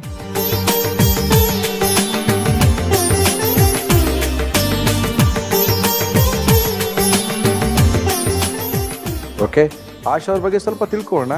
ನಮ್ಮ ಇವತ್ತಿನ ಲೈಫ್ ಓಕೆ ಕಾರ್ಯಕ್ರಮಕ್ಕೆ ಬಂದಿದ್ದಾರೆ ರಾಕೇಶ್ ಮತ್ತೆ ಪ್ರತಾಪ್ ಅವರು. ಬನ್ನಿ ರಾಕೇಶ್. ಆಶಾ ಅವ್ರ ಹೆಂಗ್ ಪರಿಚಯ ರಾಕೇಶ್? ಪ್ರತಾಪ್ ನಿಮ್ಗೇನಾಗಬೇಕು? ನಮಗೂ ಚಿಕ್ಕಮ್ಮ. ಮೊದಲಿಂದ ಹಿಂಗೇನಾ ನಿಮ್ಮ ಚಿಕ್ಕಮ್ಮ? 6 ವರ್ಷದಿಂದ ಅದೇ ಥರ. 6 years ಇದೆ ಕೆಲಸ ಶುರು ಮಾಡಿದ್ದೆ ನೀವು? ಹಾಂ ಸರ್. ಅಂದರೆ ವರ್ಷಕ್ಕೆ ಅಪ್ರಾಕ್ಸಿಮೇಟ್ಲಿ 800 ಜನ? ಹಾಂ ಸರ್. ಸರ್ ಅದು ಅನ್ನೋನ್ ಬಾಡೀಸ್ ಅಷ್ಟೇ 4120 ನಾನು ಲೆಕ್ಕ ಹಾಕಿರೋದು. ಟ್ರೇಸ್ ಆಗಿರೋದು ಇದೆಯಲ್ಲ ಸರ್. ಈಗ ಅನ್ನೋನ್ ಅಂತ ತಗೊಂಡೋಗಿ ಇಡ್ತೀವಿ, 3 days ಆದ್ಮೇಲೆ ಪೇಪರ್ ನ್ಯೂಸ್ ಮತ್ತೆ ಎಲ್ಲ ಸ್ಟೇಷನ್ಗೂ ಇಂಟಿಮೇಷನ್ ಕಳಿಸ್ತಾರೆ. ಎಷ್ಟು ಜನ ಸಾಯ್ತಾರ್ರಿ ರೈಲ್ವೆ ಸತ್ತಿರೋರು ಇವರೆಲ್ಲ? ಟ್ರೈನ್ಗೆ ತುಂಬಾ ಸರ್. ಟ್ರೈನ್ ಸ್ಟಾರ್ಟ್ ಆಯ್ತು ಅಂದ್ರೆ ವಾರದಲ್ಲಿ 5, 4, 3, 2 ವಾರದಲ್ಲಿ? ಹಾ ಸರ್, ವಾರದಲ್ಲಿ. ನಮ್ ಕೆಂಗೇರಿಯಿಂದ ಮದ್ದೂರ್ ತನಕ ಸರ್. ಸೂಸೈಡ್ ಅಲ್ಲ? ಸೂಸೈಡ್ ಸರ್ ಎಲ್ಲ. ಏನು ಧೈರ್ಯ ಬೇಕ್ರಿ? 6 ವರ್ಷದಲ್ಲಿ 4200ಕ್ಕಿಂತ ಹೆಚ್ಚು ಶವಗಳನ್ನು ಸಂಸ್ಕಾರ ಮಾಡಿಬಿಟ್ರಿ. ಸಾಕು ಬಿಡ ಕೇಳಪ್ಪ. ಬಿಡಲ್ಲ ಸರ್. ಏಯ್, ನೀವು ಯಾರು ಹೇಳಿದ್ರೆ ಎಲ್ಲಿ ಬಿಡ್ತಾರಪ್ಪ ಅವರು? ಹೇಳಿದ್ವಿ, ಅವ್ರು ಬಿಡಲ್ಲ ಅಂದರು. ಅವ್ರ ಬದಲು ನಾವು ಮಾಡ್ಕೊಂಡು ಹೋಗೋಣ ಅಂತಲೇ. ನಿಮ್ಮ ಚಿಕ್ಕಮ್ಮ ಕಾಸು ತಗೊಳ್ಳಲ್ಲ, ಕಾಸು ಸಂಪಾದನೆ ಮಾಡೋಕ್ಕಾಗಲ್ಲ, ನಿಮ್ಮ ಜೀವನಕ್ಕೆ ಏನು ಮಾಡ್ತೀರಿ? ನಾವು ಕಂಪ್ನಿಗೆ ಹೋಗ್ತೀವಲ್ಲ ಸರ್. ಕಂಪ್ನಿಗೆ ಹೋಗಿ ಈ ಥರ ಸೇವೆ ಮಾಡ್ತೀರಾ ಅಂತೇಳು. ಕೆಲಸ ಅಲ್ಲ, ಇದು ಸೇವೆ. ಇದು ಕೆಲಸ ಅಂದರೆ ಸಂಬಳ ಕೊಡಬೇಕಾಗುತ್ತೆ. ಸೇವೆ ಅಂದರೆ ಫ್ರೀ ಯಾವಾಗ್ಲೂ. ಅಂದರೆ ನೀವು ದುಡ್ಕೋಬೇಕು ಈ ಥರ ಕೆಲಸ. ಮದುವೆ ಆಗಿದೆ ಇಬ್ರಿಗೂ? ಇಲ್ಲ ಸರ್. ಮದುವೆ ಆಗತ್ತಂಗೆ ಯಾರಿಗಾರ ಈ ವಿಷಯ ಹೇಳ್ಬಿಟ್ರೆ ದೇವರನಿಗೆ ಯಾರು ಹೆಣ್ಕೊಳ ಹಾಕೊಂಡ್ರೆ ನಿಮಗೆ ಬೇಡ ಸರ್. ಇಲ್ಲ, ಸುಮ್ಮನೆ ಹಂಗೆ ಹೇಳಿದೆ. ಬಿಕಾಸ್ ಎಲ್ಲರೂ ಎಲ್ಲ ಕೆಲಸ ಮಾಡೋಕ್ಕಾಗಲ್ಲ, ಎಲ್ರಿಗೂ ಆ ಮನಸ್ಸಿರಲ್ಲ. ಮನಸ್ಸಿದ್ರು ಧೈರ್ಯ ಇರಬೇಕು. ನೀನು ನೋಡಿದಾಗ ಎಷ್ಟು ವರ್ಷದಿಂದ ಮಾಡ್ತಾ ಇದ್ದಾರೆ? 6 ವರ್ಷದಿಂದ ಮಾಡಿ. ನೀವೆಲ್ಲ ಮಲ್ಲಿ ಬೈಲಿಲ್ವಾ ಸ್ಟಾರ್ಟಿಂಗ್ನಲ್ಲಿ? ಮನೆಯಲ್ಲೂ ಬೈತಾ ಇದ್ರು ಸರ್ ಅವಾಗ. ಓಕೆ. ನಾನು ನಮ್ಮ ತಂದೆ ಸತ್ತಾಗ ನಮ್ಮ ತಂದೆ ಮಕ್ಕನೂ ನಾನು ನೋಡಿಲ್ಲ, ಅಷ್ಟು ಭಯ ಪಡ್ಕೊತಾ ಇದ್ದೆ ನಾನು ಫಸ್ಟ್. ಓಕೆ. ಇವಾಗ ಇವ್ರಿಗೆ ಆಶಾವ್ರಿಗೆ ಹೆಲ್ಪ್ ಮಾಡ್ತಾ ಇದ್ದೀರಾ? ಹೆಲ್ಪ್ ಮಾಡ್ತೀನಿ. ಚಿಕ್ಕಮ್ಮಗೆ ಈ ಥರ ಲೈಫ್ ಓಕೆ ನುಡಿಯೋಕ್ಕೆ ಚಾನ್ಸೇ ಇಲ್ಲ. ಇವ್ರು ಬೆಂಗಳೂರಲ್ಲಿ ಇರ್ತಾರೆ, RR ನಗರದಲ್ಲಿ ಇರ್ತಾರೆ. RR ನಗರದಲ್ಲಿ ಏನು ಕೆಲಸ ಮಾಡ್ತೀರಾ ನೀವು? ಸರ್ ನಾನು ಬೆಳಿಗ್ಗೆ ಮಾರ್ನಿಂಗು 4 o'clock ಎದ್ದೊಳ್ತೀನಿ. ಓಕೆ. ಒಂದು ವೆಜಿಟೇಬಲ್ಸ್ ಗಾಡಿ ಬರುತ್ತೆ ಮೈಸೂರಿಂದ. ಓಕೆ. ಅದನ್ನ ಅನ್ಲೋಡ್ ಮಾಡ್ತೀನಿ, ಬೇರೆ ಗಾಡಿ ಶಿಫ್ಟ್ ಮಾಡ್ತೀನಿ, ಆಮೇಲೆ ಹಾಲು ಹಾಕ್ತೀನಿ. ಅದಾದ್ಮೇಲೆ 7:30 ಅಮೆಝಾನ್ ಕೆಲ್ಸಕ್ಕೆ ಹೋಗ್ತೀನಿ. ಓಕೆ. 1 o'clock ಅಮೆಝಾನ್ ಕೆಲಸ ಮಾಡ್ತೀನಿ, ಮಧ್ಯಾಹ್ನ 1 ಗಂಟೆವರೆಗೂ. ಓಕೆ. ಅದಾದ್ಮೇಲೆ ಝೊಮ್ಯಾಟೊ ಆನ್ ಮಾಡ್ಕೊತೀನಿ. ನೈಟ್ 11:30 ಮಾಡ್ತೀನಿ ಝೊಮ್ಯಾಟೊ. ನಾನು ಮಾಡೋದು 4 hours ಸರ್ ನಿದ್ದೆ. ಓಕೆ. ಏನಕ್ಕೆ ಹೇಳಿದೆ ಅಂತ ಹೇಳಿದ್ರೆ, ಇಲ್ಲೆಲ್ಲೋ ಕೆಲಸ ಮಾಡಿಕೊಂಡು ಇದು ಅನ್ನೋನ್ ಟೈಮಿಂಗ್. ಇದು ಆಶಾ ಫೋನ್ ಮಾಡ್ತಾರ ನಿಮಗೆ? ಬಂದ್ರು ಯಾರು ಇಲ್ಲ ಅಂತ? ಹೌದು. ಒಂದು ಬಾಡಿ ಕಾಸು ತೊಗೊಳ್ಬೇಕು ನೀವು. ಇವಾಗ ಕಾಸು ಇಲ್ಲ ಅಂದ್ರೆ ಹೆಂಗ್ ಮಾಡ್ತಾರಲ್ಲ, ಅಮ್ಮನ ಹತ್ರನೂ ಕಾಸಿರಲ್ಲ. ತಿರುಗಿ ಅಲ್ಲಿ ಏನೋ ಮಾಡಬೇಕು, ಎತ್ತಬೇಕು, ಅದೆಲ್ಲ ಯಾರು ಮಾಡ್ತಾರೆ ಮೇಡಮ್? ಚೀತೆ ಗೀತೆ ಎಲ್ಲಾನು? ಸರ್ ತುಂಬಾ ಕೆಲವೊಂದು ಸನ್ನಿವೇಶಗಳು ತುಂಬಾ ಎದುರಾದ್ವು ಸರ್ ನನಗೆ. ಹೇಳಿ. ಒಬ್ಬ ವ್ಯಕ್ತಿ ಬೆಂಗಳೂರಿಂದ ಬಂದು ರಾಮನಗರ ಗೋಸಿಯ ಕಾಲೇಜ್ ಮುಂಭಾಗದಲ್ಲಿ ಕಾಂಪೌಂಡ್ ಅಲ್ಲಿ ಮರಕ್ಕೆ ನೇಣಾಕೊಂಡ್ಬಿಟ್ಟಿದ್ದ. ಆಯ್ತು. ಅವರು ತುಂಬಾ ಎಲ್ಲ ಅನುಕೂಲವಾಗಿದ್ದಾರೆ ಸರ್, ಯಾವುದಕ್ಕೂ ಏನು ಬಡವರು ಅಂತ ಅನ್ನಂಗಿಲ್ಲ. 2 ದಿನ ಆದ್ಮೇಲೆ ಅವ್ನ ಜೇಬಲ್ಲಿ ಫೋಟೋಗಳಿತ್ತು. ನಾವೆಲ್ಲ ರಾಮನಗರ ಹುಡುಕಿದ್ವಿ, ರಾಮನಗರ ಅಲ್ಲ ಅಂತ ಗೊತ್ತಾಯ್ತು. ಆತ ನೀಟಾಗಿ ಶೇವಿಂಗ್ ಎಲ್ಲ ಮಾಡ್ಕೊಂಡು, ಕಟಿಂಗ್ ಮಾಡ್ಕೊಂಡು, ಫ್ರೆಶ್ ಆಗಿ ಸ್ನಾನ ಮಾಡ್ಕೊಂಡು, ಹೊಸ ಬಟ್ಟೆ ಹಾಕೊಂಡು ಸೂಸೈಡ್ ಮಾಡ್ಕೊಂಡಿದ್ದು. ಒಂದು ಬ್ಯಾಂಕ್ ಅಕೌಂಟ್ ನಂಬರು ಚಿಕ್ಕದಾಗ ಇದು ಮಿಸ್ ಆಗಿದೆ ಸರ್. 11 ಬ್ಯಾಂಕ್ ಅಕೌಂಟ್ ನಂಬರ್ ಬರ್ತಿದ್ದು. ಅದನ್ನ ತಗೊಂಡೋಗಿ ಕೊಟ್ರೆ ಬ್ಯಾಂಕಲ್ಲಿ ಎಲ್ಲ ಕಡೆ ಸರ್ಚ್ ಮಾಡಿ 3 days ಆಯ್ತು. ಕೇಳೋದ್ರೊಳಗಡೆ ಅವ್ರ ತಂಗಿದ್ದು ಬ್ಯಾಂಕ್ ಅಕೌಂಟ್ ನಂಬರ್, ಅದು ಅಮೌಂಟ್ ಹಾಕು ಅಂತ ಏನೋ ಕೊಟ್ಟು ಕಳ್ಸಿದ್ರಂತ ಅಣ್ಣಂಗೆ. ಅಣ್ಣ ದುಡ್ಡು ಕಳ್ಕೊಂಡೋ ಏನೋ ಗೊತ್ತಿಲ್ಲ, ಬಂದು ನೆಣಕೊಂಡಿದ್ದ. ಅದು 3 ದಿನ ಆದ್ಮೇಲೆ ಬಂದ್ರು ಸರ್. ಬಂದಾದ್ಮೇಲೆ ಅದು ಕೋವಿಡ್ ಏನಿರ್ಲಿಲ್ಲ ಅವಾಗ, ಕೋವಿಡ್ ಇನ್ನ ಸ್ಟಾರ್ಟ್ ಆಗಿದ್ದಿನ. ಆ ಬಾಡಿ ಮುಟ್ಟೋದಲ್ಲ ಸರ್, ಮಾರ್ಚುರಿ ಒಳಗಡೆ ಹೋಗಿ ನಮ್ದೇ ಬಾಡಿ ಅಂತ ನೋಡಿಲ್ಲ ಅವರು. ಮೇಡಮ್ ಫೋಟೋ ತೋರಿಸಿ, ಫೋಟೋ ತೆಗ್ದಿರೋದಷ್ಟೇ, ಫೋಟೋ ನೋಡಿದ್ದಷ್ಟೇನೆ ನಮ್ದೇ ಬಾಡಿ. ಎಷ್ಟು ಖರ್ಚಾಗುತ್ತೆ ಎಲ್ಲ ಮಾಡೋದಕ್ಕೆ ಹೇಳ್ಬಿಡಿ ಅಂತ ಅಂದ್ರು. ಸರಿ, ಸೌದೆ ಸುಡೋದು ನಾವು ರಾಮನಗರದಲ್ಲೇ ಮಾಡ್ಕೊಟ್ಬಿಡಿ, ನಾವು ಬೆಂಗಳೂರು ತಗೊಂಡೋಗಲ್ಲ ಅಂದ್ರೆ. ಬಂದಿದ್ದು 5 ಜನ ಸರ್ ಅವರು. ಮತ್ತೆ ಒಬ್ರು ಕಂಪ್ನಿ ನಡೆಸ್ತಿದ್ದಾರೆ, ಇನ್ನೊಬ್ರನ್ನ ಕಂಪ್ನಿ ಪಾರ್ಟ್ನರ್ ಇದ್ದಾರೆ, ಒಬ್ರು ಎಲ್ಲ ತುಂಬಾ ಬಿಸ್ನೆಸ್ ಹೇಳ್ಕೊಂಡ್ರು. ಅವರು ತುಂಬಾ ಚೆನ್ನಾಗಿದ್ರು. ಸರಿ ಆಯ್ತು ಅಂತ ಹೇಳ್ಬಿಟ್ಟು ನಾವು ಆಯ್ತಮ್ಮ ಇಷ್ಟ ಆಗುತ್ತೆ ಮಾಡ್ಕೊಡಿ ಅಂತೇಳಿ ನಮ್ಮ ಹುಡುಗನಿಗೆ ಒಬ್ಬನಿಗೆ ಹೇಳಿದ್ವಿ, ಅಪ್ಪ ಮಾಡ್ಕೊಟ್ಬಿಡೋ ಸೌದಿ ಎಲ್ಲ ಸೇರಿ ಅಂತ. ಆಯ್ತಕ್ಕ ಮಾಡ್ಕೊಡ್ತೀನಿ ಅಂತಂದ. ಸರಿ ನಾವು ಜೊತೆಗೆ ಹೋದಾಗ ಆ ಬಾಡಿಗೆ ಸರ್ ಸೌದೆ ಜೋಡ್ಸೋಕ್ಕೂ ಮುಂದೆ ಬರ್ದವ್ರು ಸರ್. ಅವತ್ತು ಸ್ಮಶಾನದ ಸೌದೆ ಜೋಡ್ಸೋನು ಕೂಡ ಇಲ್ಲ ನಮ್ಮ ದೃಷ್ಟಕ್ಕೆ. ನಾನು, ನನ್ನ ಮಾವ ಮತ್ತೆ ನನ್ನ ಮಗ 3 ಜನ ಸೌದೆ ಜೋಡಿಸಿದ್ವಿ. ಆಯ್ತು, ಬಾಡಿ ಹಿಡ್ಕೊಂಡು ಮೇಲೆ ಇಟ್ವಿ. ಅಪ್ಪ ನಿಮ್ಮ ಮನೆಯಿಂದ ಒಂದು ಹೂನಾರ ತಗೊಬಂದ್ರಪ್ಪ ಅಂತಂದೆ. ತರಬೇಕು ಮೇಡಮ್ ಹೂನಾರ ನಮ್ಮ ಮನೆಯಿಂದ, ನೀವೇ ಹಾಕ್ಬಿಡಿ. ಆಯ್ತು ಬೇಡ, ನಾನೇ ತಗೊಂಡೋದೆ, ನಾನೇ ಹಾಕ್ತೆ, ಎಲ್ಲ ಆಯ್ತು ಸರ್. ಕೊನೆಗೆ ಪೂಜೆ ಕೊನೆಗಾಯ್ತು, ಗಂಧದ ಕಡ್ಡಿ ಹಚ್ಕೊಟ್ಟೆ. ಇಲ್ಲ ಮೇಡಮ್ ನೀವೇ ಮಾಡ್ಬಿಡಿ, ಅದು ನಾನೇ ಮಾಡಿದೆ. ಚೀತೆಗೆ ಬೆಂಕಿ ಇಡಾಕ್ ಕರ್ದೆ ಸರ್. ನಿಂತ್ಕೊಳ್ಳೇ ಇಲ್ಲ ಸರ್ ಜಾಗದಲ್ಲಿ, ಓಡೋಗ್ಬಿಟ್ರು. ನನ್ನ ಮಾವ ಅವಾಗಂತ ಅಂದ್ರು, ಅಪ್ಪ ಬೇಡ ಕಣೋ, ಚಿಕ್ಕ ಮಕ್ಳು ನೋಡು, ನನ್ನ ಮಾತು ಕೇಳು ಅಂತ ಅಂದ್ರು. ಅದೇನಾಯ್ತದು ಆಗ್ಲಿ ಅಂತ ಹೇಳ್ಬಿಟ್ಟು ಚೀತೆಗೆ ಬೆಂಕಿ ಇಟ್ಟೆ ಸರ್. ಅವ್ರು ಮತ್ತೆ ಹಿಂಗ್ ತಿರುಗಿ ನೋಡಿಲ್ಲ ಸರ್. ಇಷ್ಟು ದೊಡ್ಡ ಕುಟುಂಬ, ದೊಡ್ಡ ಫ್ಯಾಮಿಲಿ, ಕೋಟ್ಯಾಧೀಶ್ವರ ಅಂತ ಹೇಳ್ಕೊಳ್ಳೋದಿಕ್ಕೆ ತನ್ನ ಅಣ್ಣನ ಚಿತೆಗೆ ಬೆಂಕಿ ಇಡಕ್ ಮುಂದೆ ಬಂದಿಲ್ಲ ಸರ್.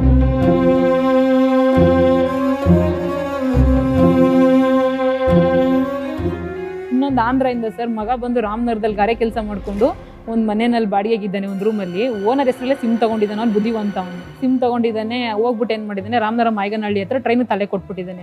ತುಂಬ ಚಿಕ್ಕೇಜ್, ಒಂದು 29 ವರ್ಷ 30 ವರ್ಷ ಅನ್ಕೋತೀನಿ. ಹೋದ್ವಿ ಅಲ್ಲಿಗೆ. ಓಪೋ ಮೊಬೈಲ್, ಹೊಸ ಮೊಬೈಲು, ಅದಕ್ಕೆ ಲಾಕೆಲ್ಲ ಕೂರಿಸಿದ್ದಾನೆ, ಫ್ಲೈಟ್ ಮೂಡ್ ಮೊಬೈಲ್ ಹಾಕಿದ್ದಾನೆ. ಕಷ್ಟಪಟ್ಟು ಏನಾದರೂ ಮಾಡಿ ನಮ್ಮ ಮಾವನ ಕೈ ಮೊಬೈಲ್ ಕೊಟ್ಟೆ. ನಮ್ಮ ಮಾವ ಅದನ್ನೆಲ್ಲ ಲಾಕ್ ಓಪನ್ ಮಾಡಿದ್ರು. ಪೊಲೀಸ್ನವರು ಮೇಡಮ್ ಫೋನ್ ಇದೆ, ಟ್ರೇಸ್ ಆಗಿಬಿಡ್ತದೆ ಮೇಡಮ್ ಅಂದರು. ತೊಗೊಂಡೋಗಿ ಒಂದು 5 ದಿನ ಇಟ್ವಿ ಸರ್. ಫೋನಲ್ಲಿ ನಂಬರ್ ಎಲ್ಲ ತೆಗೆದು ಎಲ್ಲ ಮಾಡೋಷ್ಟರಿ ಕೊನೆಗೆ ಒಂದು ತಾಯಿ ತಂದೆ ಫೋನ್ ಮಾಡಿಲ್ಲ, ಅವನು ಬೇರೆ ಅನ್ನೋನ್ ಪರ್ಸನ್ಗಳಿಗೆ ಕಾಲ್ ಮಾಡಿದ್ದ. ಬಂದರು ಸರ್ ಅವ್ರ ತಂದೆ ತಾಯಿ. ಅವರು ಕಲ್ಲು ಹೊಡ್ಕೊಂಡು ಆಂಧ್ರದಲ್ಲಿ ಜೀವನ ಮಾಡೋದಂತೆ ಸರ್. ಅವರು ಕಲ್ಲು ಹೊಡೆದು ಇವತ್ತು ಬಂದ ಹಣದಿಂದ ಅವರು ಜೀವನ ಮಾಡ್ತಿದ್ದಂತೆ. ಆ ಅಮ್ಮ ಬಂದರು ಸರ್. ಹಿಂಗೆ ವಿಕ್ಟೋರಿಯಾ ಹಾಸ್ಪಿಟ್ಲ್ ಹತ್ರನೇ ಬಾಡಿ ಇದ್ದಿದ್ದು. ನಾನು, ನಮ್ಮ ಭಾರತಿ ಮೇಡಮ್ ಅಂತೇಳಿ ಸಬ್ ಇನ್ಸ್ಪೆಕ್ಟ್ರು, ಅವರು ಮತ್ತು ರೈಲ್ವೆ ಪೊಲೀಸ್ನವರೆಲ್ಲ ನಿಂತಿದ್ವಿ ಸರ್. PM ಎಲ್ಲ ಆಯಿತು, ಬಾಡಿ ಏನಕ್ಕಾಯ್ತು ಅಂತ ಅವ್ರ ತಾಯಿನೆಲ್ಲ ಇನ್ವೆಸ್ಟಿಗೇಷನ್ ಅವ್ರದ್ದೇನಿದೆ ಪ್ರೊಸೀಜರ್ ಎಲ್ಲ ಮುಗಿಸ್ಕೊಂಡ್ರು. ಕೊನೆಗೆ ಗಾಡಿ ಕಳಿಸ್ಕೊಟ್ಬಿಡಿ ಆಶವ್ರೆ ನಿಮ್ಮದೇ ಅಂದರು. ನಂದು ಚಿಕ್ಕ ಗಾಡಿ ಸರ್, ಓಮಿನಿ ಆ್ಯಂಬುಲೆನ್ಸು. ತೀರಾ ಕಷ್ಟದ ಪರಿಸ್ಥಿತಿನಲ್ಲಿ ನಾನು ಇದನ್ನು ಸ್ಟಾರ್ಟ್ ಮಾಡಿದ್ದು. ಆವಾಗ ಸರಿ ಇಲ್ಲ ಅಂದ್ಬಿಟ್ಟು ನಮ್ಮ ಹುಡುಗನಿಗೊಬ್ಬನಿಗೆ ಫೋನ್ ಮಾಡಿದೆ. ಅವನು ಇಷ್ಟ ಆಗುತ್ತೆ ಬಾಡಿಗೆ ಅಂತ ಹೇಳ್ದ.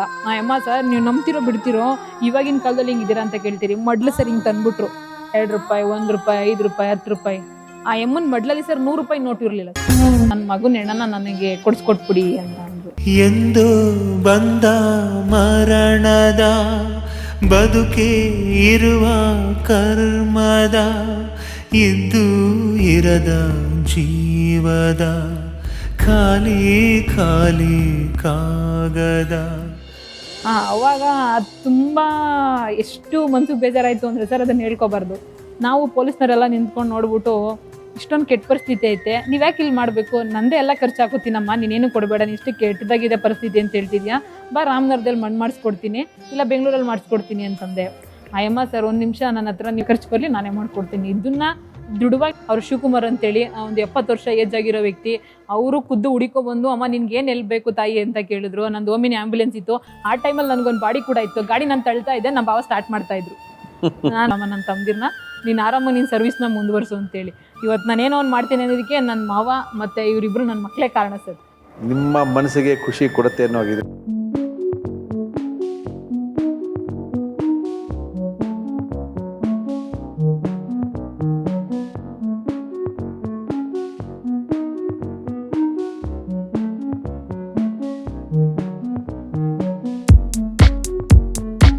ಆಶಾ ಅವರು ಮೂಲತಃ ರಾಮನಗರದವರು.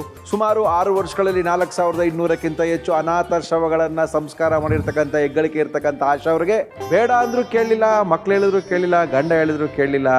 ನಾನು ಮಾಡ್ತೀನಿ ಡಿಸೈಡ್ ಮಾಡಿರ್ಬೇಕಂದ್ರೆ ಬೇಡ ಅನ್ನೋಕ್ಕೆ ನೀವ್ಯಾರು, ನಾವ್ಯಾರು? ಒಂದು ಜೀವರಕ್ಷೆ ಚಾರಿಟಬಲ್ ಟ್ರಸ್ಟ್ ಅಂತೇಳಿ ಒಂದು ಟ್ರಸ್ಟ್ ರಚನೆ ಮಾಡಿಕೊಂಡು ನಮ್ಮ ಮಕ್ಳುಗಳು ನಾವೆಲ್ಲ ಸೇರ್ಕೊಂಡು ಅದರಲ್ಲಿ ಒಂದು ಆಶ್ರಮ ಶುರು ಮಾಡಿಕೊಂಡು ರಸ್ತೆ ಬದಿಲಿ ಭಿಕ್ಷುಕರು, ನಿರಾಶ್ರಿತರು ಇರುವಂತವ್ರಿಗೆ ಈ ಲಾಕ್ಡೌನ್ ಟೈಮಲ್ಲಂತೂ ಪ್ರತಿದಿನ ಬೆಳಿಗ್ಗೆ ಸಂಜೆ ಊಟ ಅಡಿಗೆ ಮಾಡಿ ನಮ್ಮನೆ ಸ್ವತಃ ನಾವೇ ಖುದ್ದು ಅಡಿಗೆ ಮಾಡಿ 200 ಜನಕ್ಕೆ ಪ್ರತಿದಿನ ಬೆಳಿಗ್ಗೆ ಸಂಜೆ ಊಟ ಹಂಚಿದ್ವಿ. ಜೊತೆಗೆ ಒಂದು ಆಶ್ರಮ ಮಾಡಿದ್ವಿ. ಫೆಬ್ರವರಿ 2ನೇ ತಾರೀಕಲ್ಲಿ ಆಶ್ರಮ ಓಪನ್ ಮಾಡಿದ್ವಿ ನಾವು. ಸುಮಾರು ಒಂದು ಇಲ್ಲ ಸರ್, ಯಾರು ಸಹಾಯನೂ ಕೇಳಿಲ್ಲ ಸರ್. ಅವತ್ತು ಆಶ್ರಮ ಮಾಡಬೇಕು ಅಂತ ಡಿಸೈಡ್ ಮಾಡಿದ್ವಿ. ಅಮ್ಮ ಹೆಂಗ್ ಮಾಡೋದು ಅಂತ ಕೇಳಿದ್ರು ಸರ್. ಫಸ್ಟ್ ಯಾವ್ದಾದ್ರು ಜಿಲ್ಲಾ ಪಂಚಾಯತ್ ಯಾವ್ದಾರ ಪಂಚಾಯತ್ ಎಲೆಕ್ಷನ್ ನಿಂತ್ಕೊಳ್ಳೋದು, ಎಲೆಕ್ಷನ್ ಸವಾಸನೆ ಬೇಡ ಸರ್ ನನಗೆ. ಅಲ್ಲ ಏನಕ್ಕೆ ಅಲ್ಲ, ನೀವು ತಪ್ಪು ತಿಳ್ಕೊಳ್ತಾ ಇದ್ದೀರಿ. ಸರ್ ಯಾವಾಗಲೂ ಆ ಥರ ತಪ್ಪಲ್ಲಿ ಯೋಚನೆ ಮಾಡಬೇಡಿ. ಕೆಲವು ಸರಿ ನಾವು ಕೆಲಸ ಮಾಡಬೇಕು ಅಂದಾಗ ನಮ್ಗೆಲ್ಲೋ ಒಂದು ಸಣ್ಣ ಪವರ್ ಬೇಕಾಗುತ್ತೆ. ಸರ್ ಇವಾಗ ಇನ್ನೊಬ್ರು ಯಾರೋ ಜುಬೇದ ಅಂತ ನಿಮ್ಮ ಹಿಂದೆ ಒಬ್ಬರು ಮಾತಾಡಿದ್ರು. ಅವರು ಇದೇ ಥರನೇ ಕೆಲಸ ಮಾಡ್ಕೊಂಬಂದಿದ್ದು, ಸೇಮ್ ನಿಮ್ಮ ಥರನೇ. ಅವರು ಗ್ರಾಮ ಪಂಚಾಯತಿರಾಗಿದ್ದಾರೆ, ಸಿಕ್ಕಾಪಟ್ಟೆ ಕೆಲಸ ಮಾಡ್ತಾ ಇದ್ದಾರೆ. ಪೂರಕವಾದಂಥ ಜೊತೆ ಬೇಕಲ್ಲ, ನಿಮಗೆ ಒಂದು ಸರ್ಕಾರದ ಸಪೋರ್ಟ್ ಬೇಕಲ್ಲ. ಅದು ತಪ್ಪು ಕಲ್ಪನೆ. ಅಯ್ಯೋ ನಾವು ರಾಜಕೀಯ ಬೇಡಪ್ಪ, ಹಂಗಲ್ಲ. ನಮ್ಮ ಇಂಡಿಯಾದಲ್ಲಿ ಮಾತ್ರನೇ ರಾಜಕೀಯರಾಗಿ ಮಾತಾಡೋದು, ಬೇರೆ ಯಾವ ದೇಶಗಳಲ್ಲೂ ಹಂಗೆ ಮಾತಾಡಲ್ಲ. ಆಮೇಲೆ ನಿಮಗೆ ಪೂರಕ ಅದು ಏನು, ಜಿಲ್ಲಾ ಪಂಚಾಯತ್ಗೆ ಒಂದು 10 ಜನ ನಿಮ್ಗೆ ಗುರುತಿಸಲ್ಲ, ಇಷ್ಟೊಂದು ಕೆಲಸ ಮಾಡಿದ್ದೀರಿ, ನಿಂತ್ಕೊಳ್ಳಿ. ಯಾಕಂದರೆ ಒಳ್ಳೆ ಕೆಲಸ ಮಾಡೋರ್ಗೇನೆ ಆ ಕೆಲಸಗಳು ಮಾಡೋಕ್ಕೆ ಸಾಧ್ಯ. ಬಂದಿದ್ದು ಭಾಳ ಖುಷಿ ಆಯಿತು, ನೋಡಿದ್ದು ಭಾಳ ಖುಷಿ ಆಯಿತು. ದೇವ್ರು ಒಳ್ಳೇದು ಮಾಡಲಿ. ಒಳ್ಳೆ ನಿಟ್ಟಲ್ಲಿ ಕೆಲಸ ಮಾಡ್ತಾ ಇದ್ದೀರಿ. ತುಂಬ ಜನದ ಲೈಫನ್ನು ಓಕೆ ಮಾಡಿದ್ದೀರಿ. ನಿಮ್ಮ ಲೈಫು ಕೂಡ ಓಕೆ ಆಗಲಿ ಅಂತ ತಿಳಿಸಿ ಕಾರ್ಯಕ್ರಮಕ್ಕೆ ಬಂದಕ್ಕೆ ನಿಮಗೆ, ನಿಮ್ಮ ಮಕ್ಕಳಿಗೆ ಇಬ್ಬರಿಗೂ ಕೂಡ ಧನ್ಯವಾದ. Thank you madam.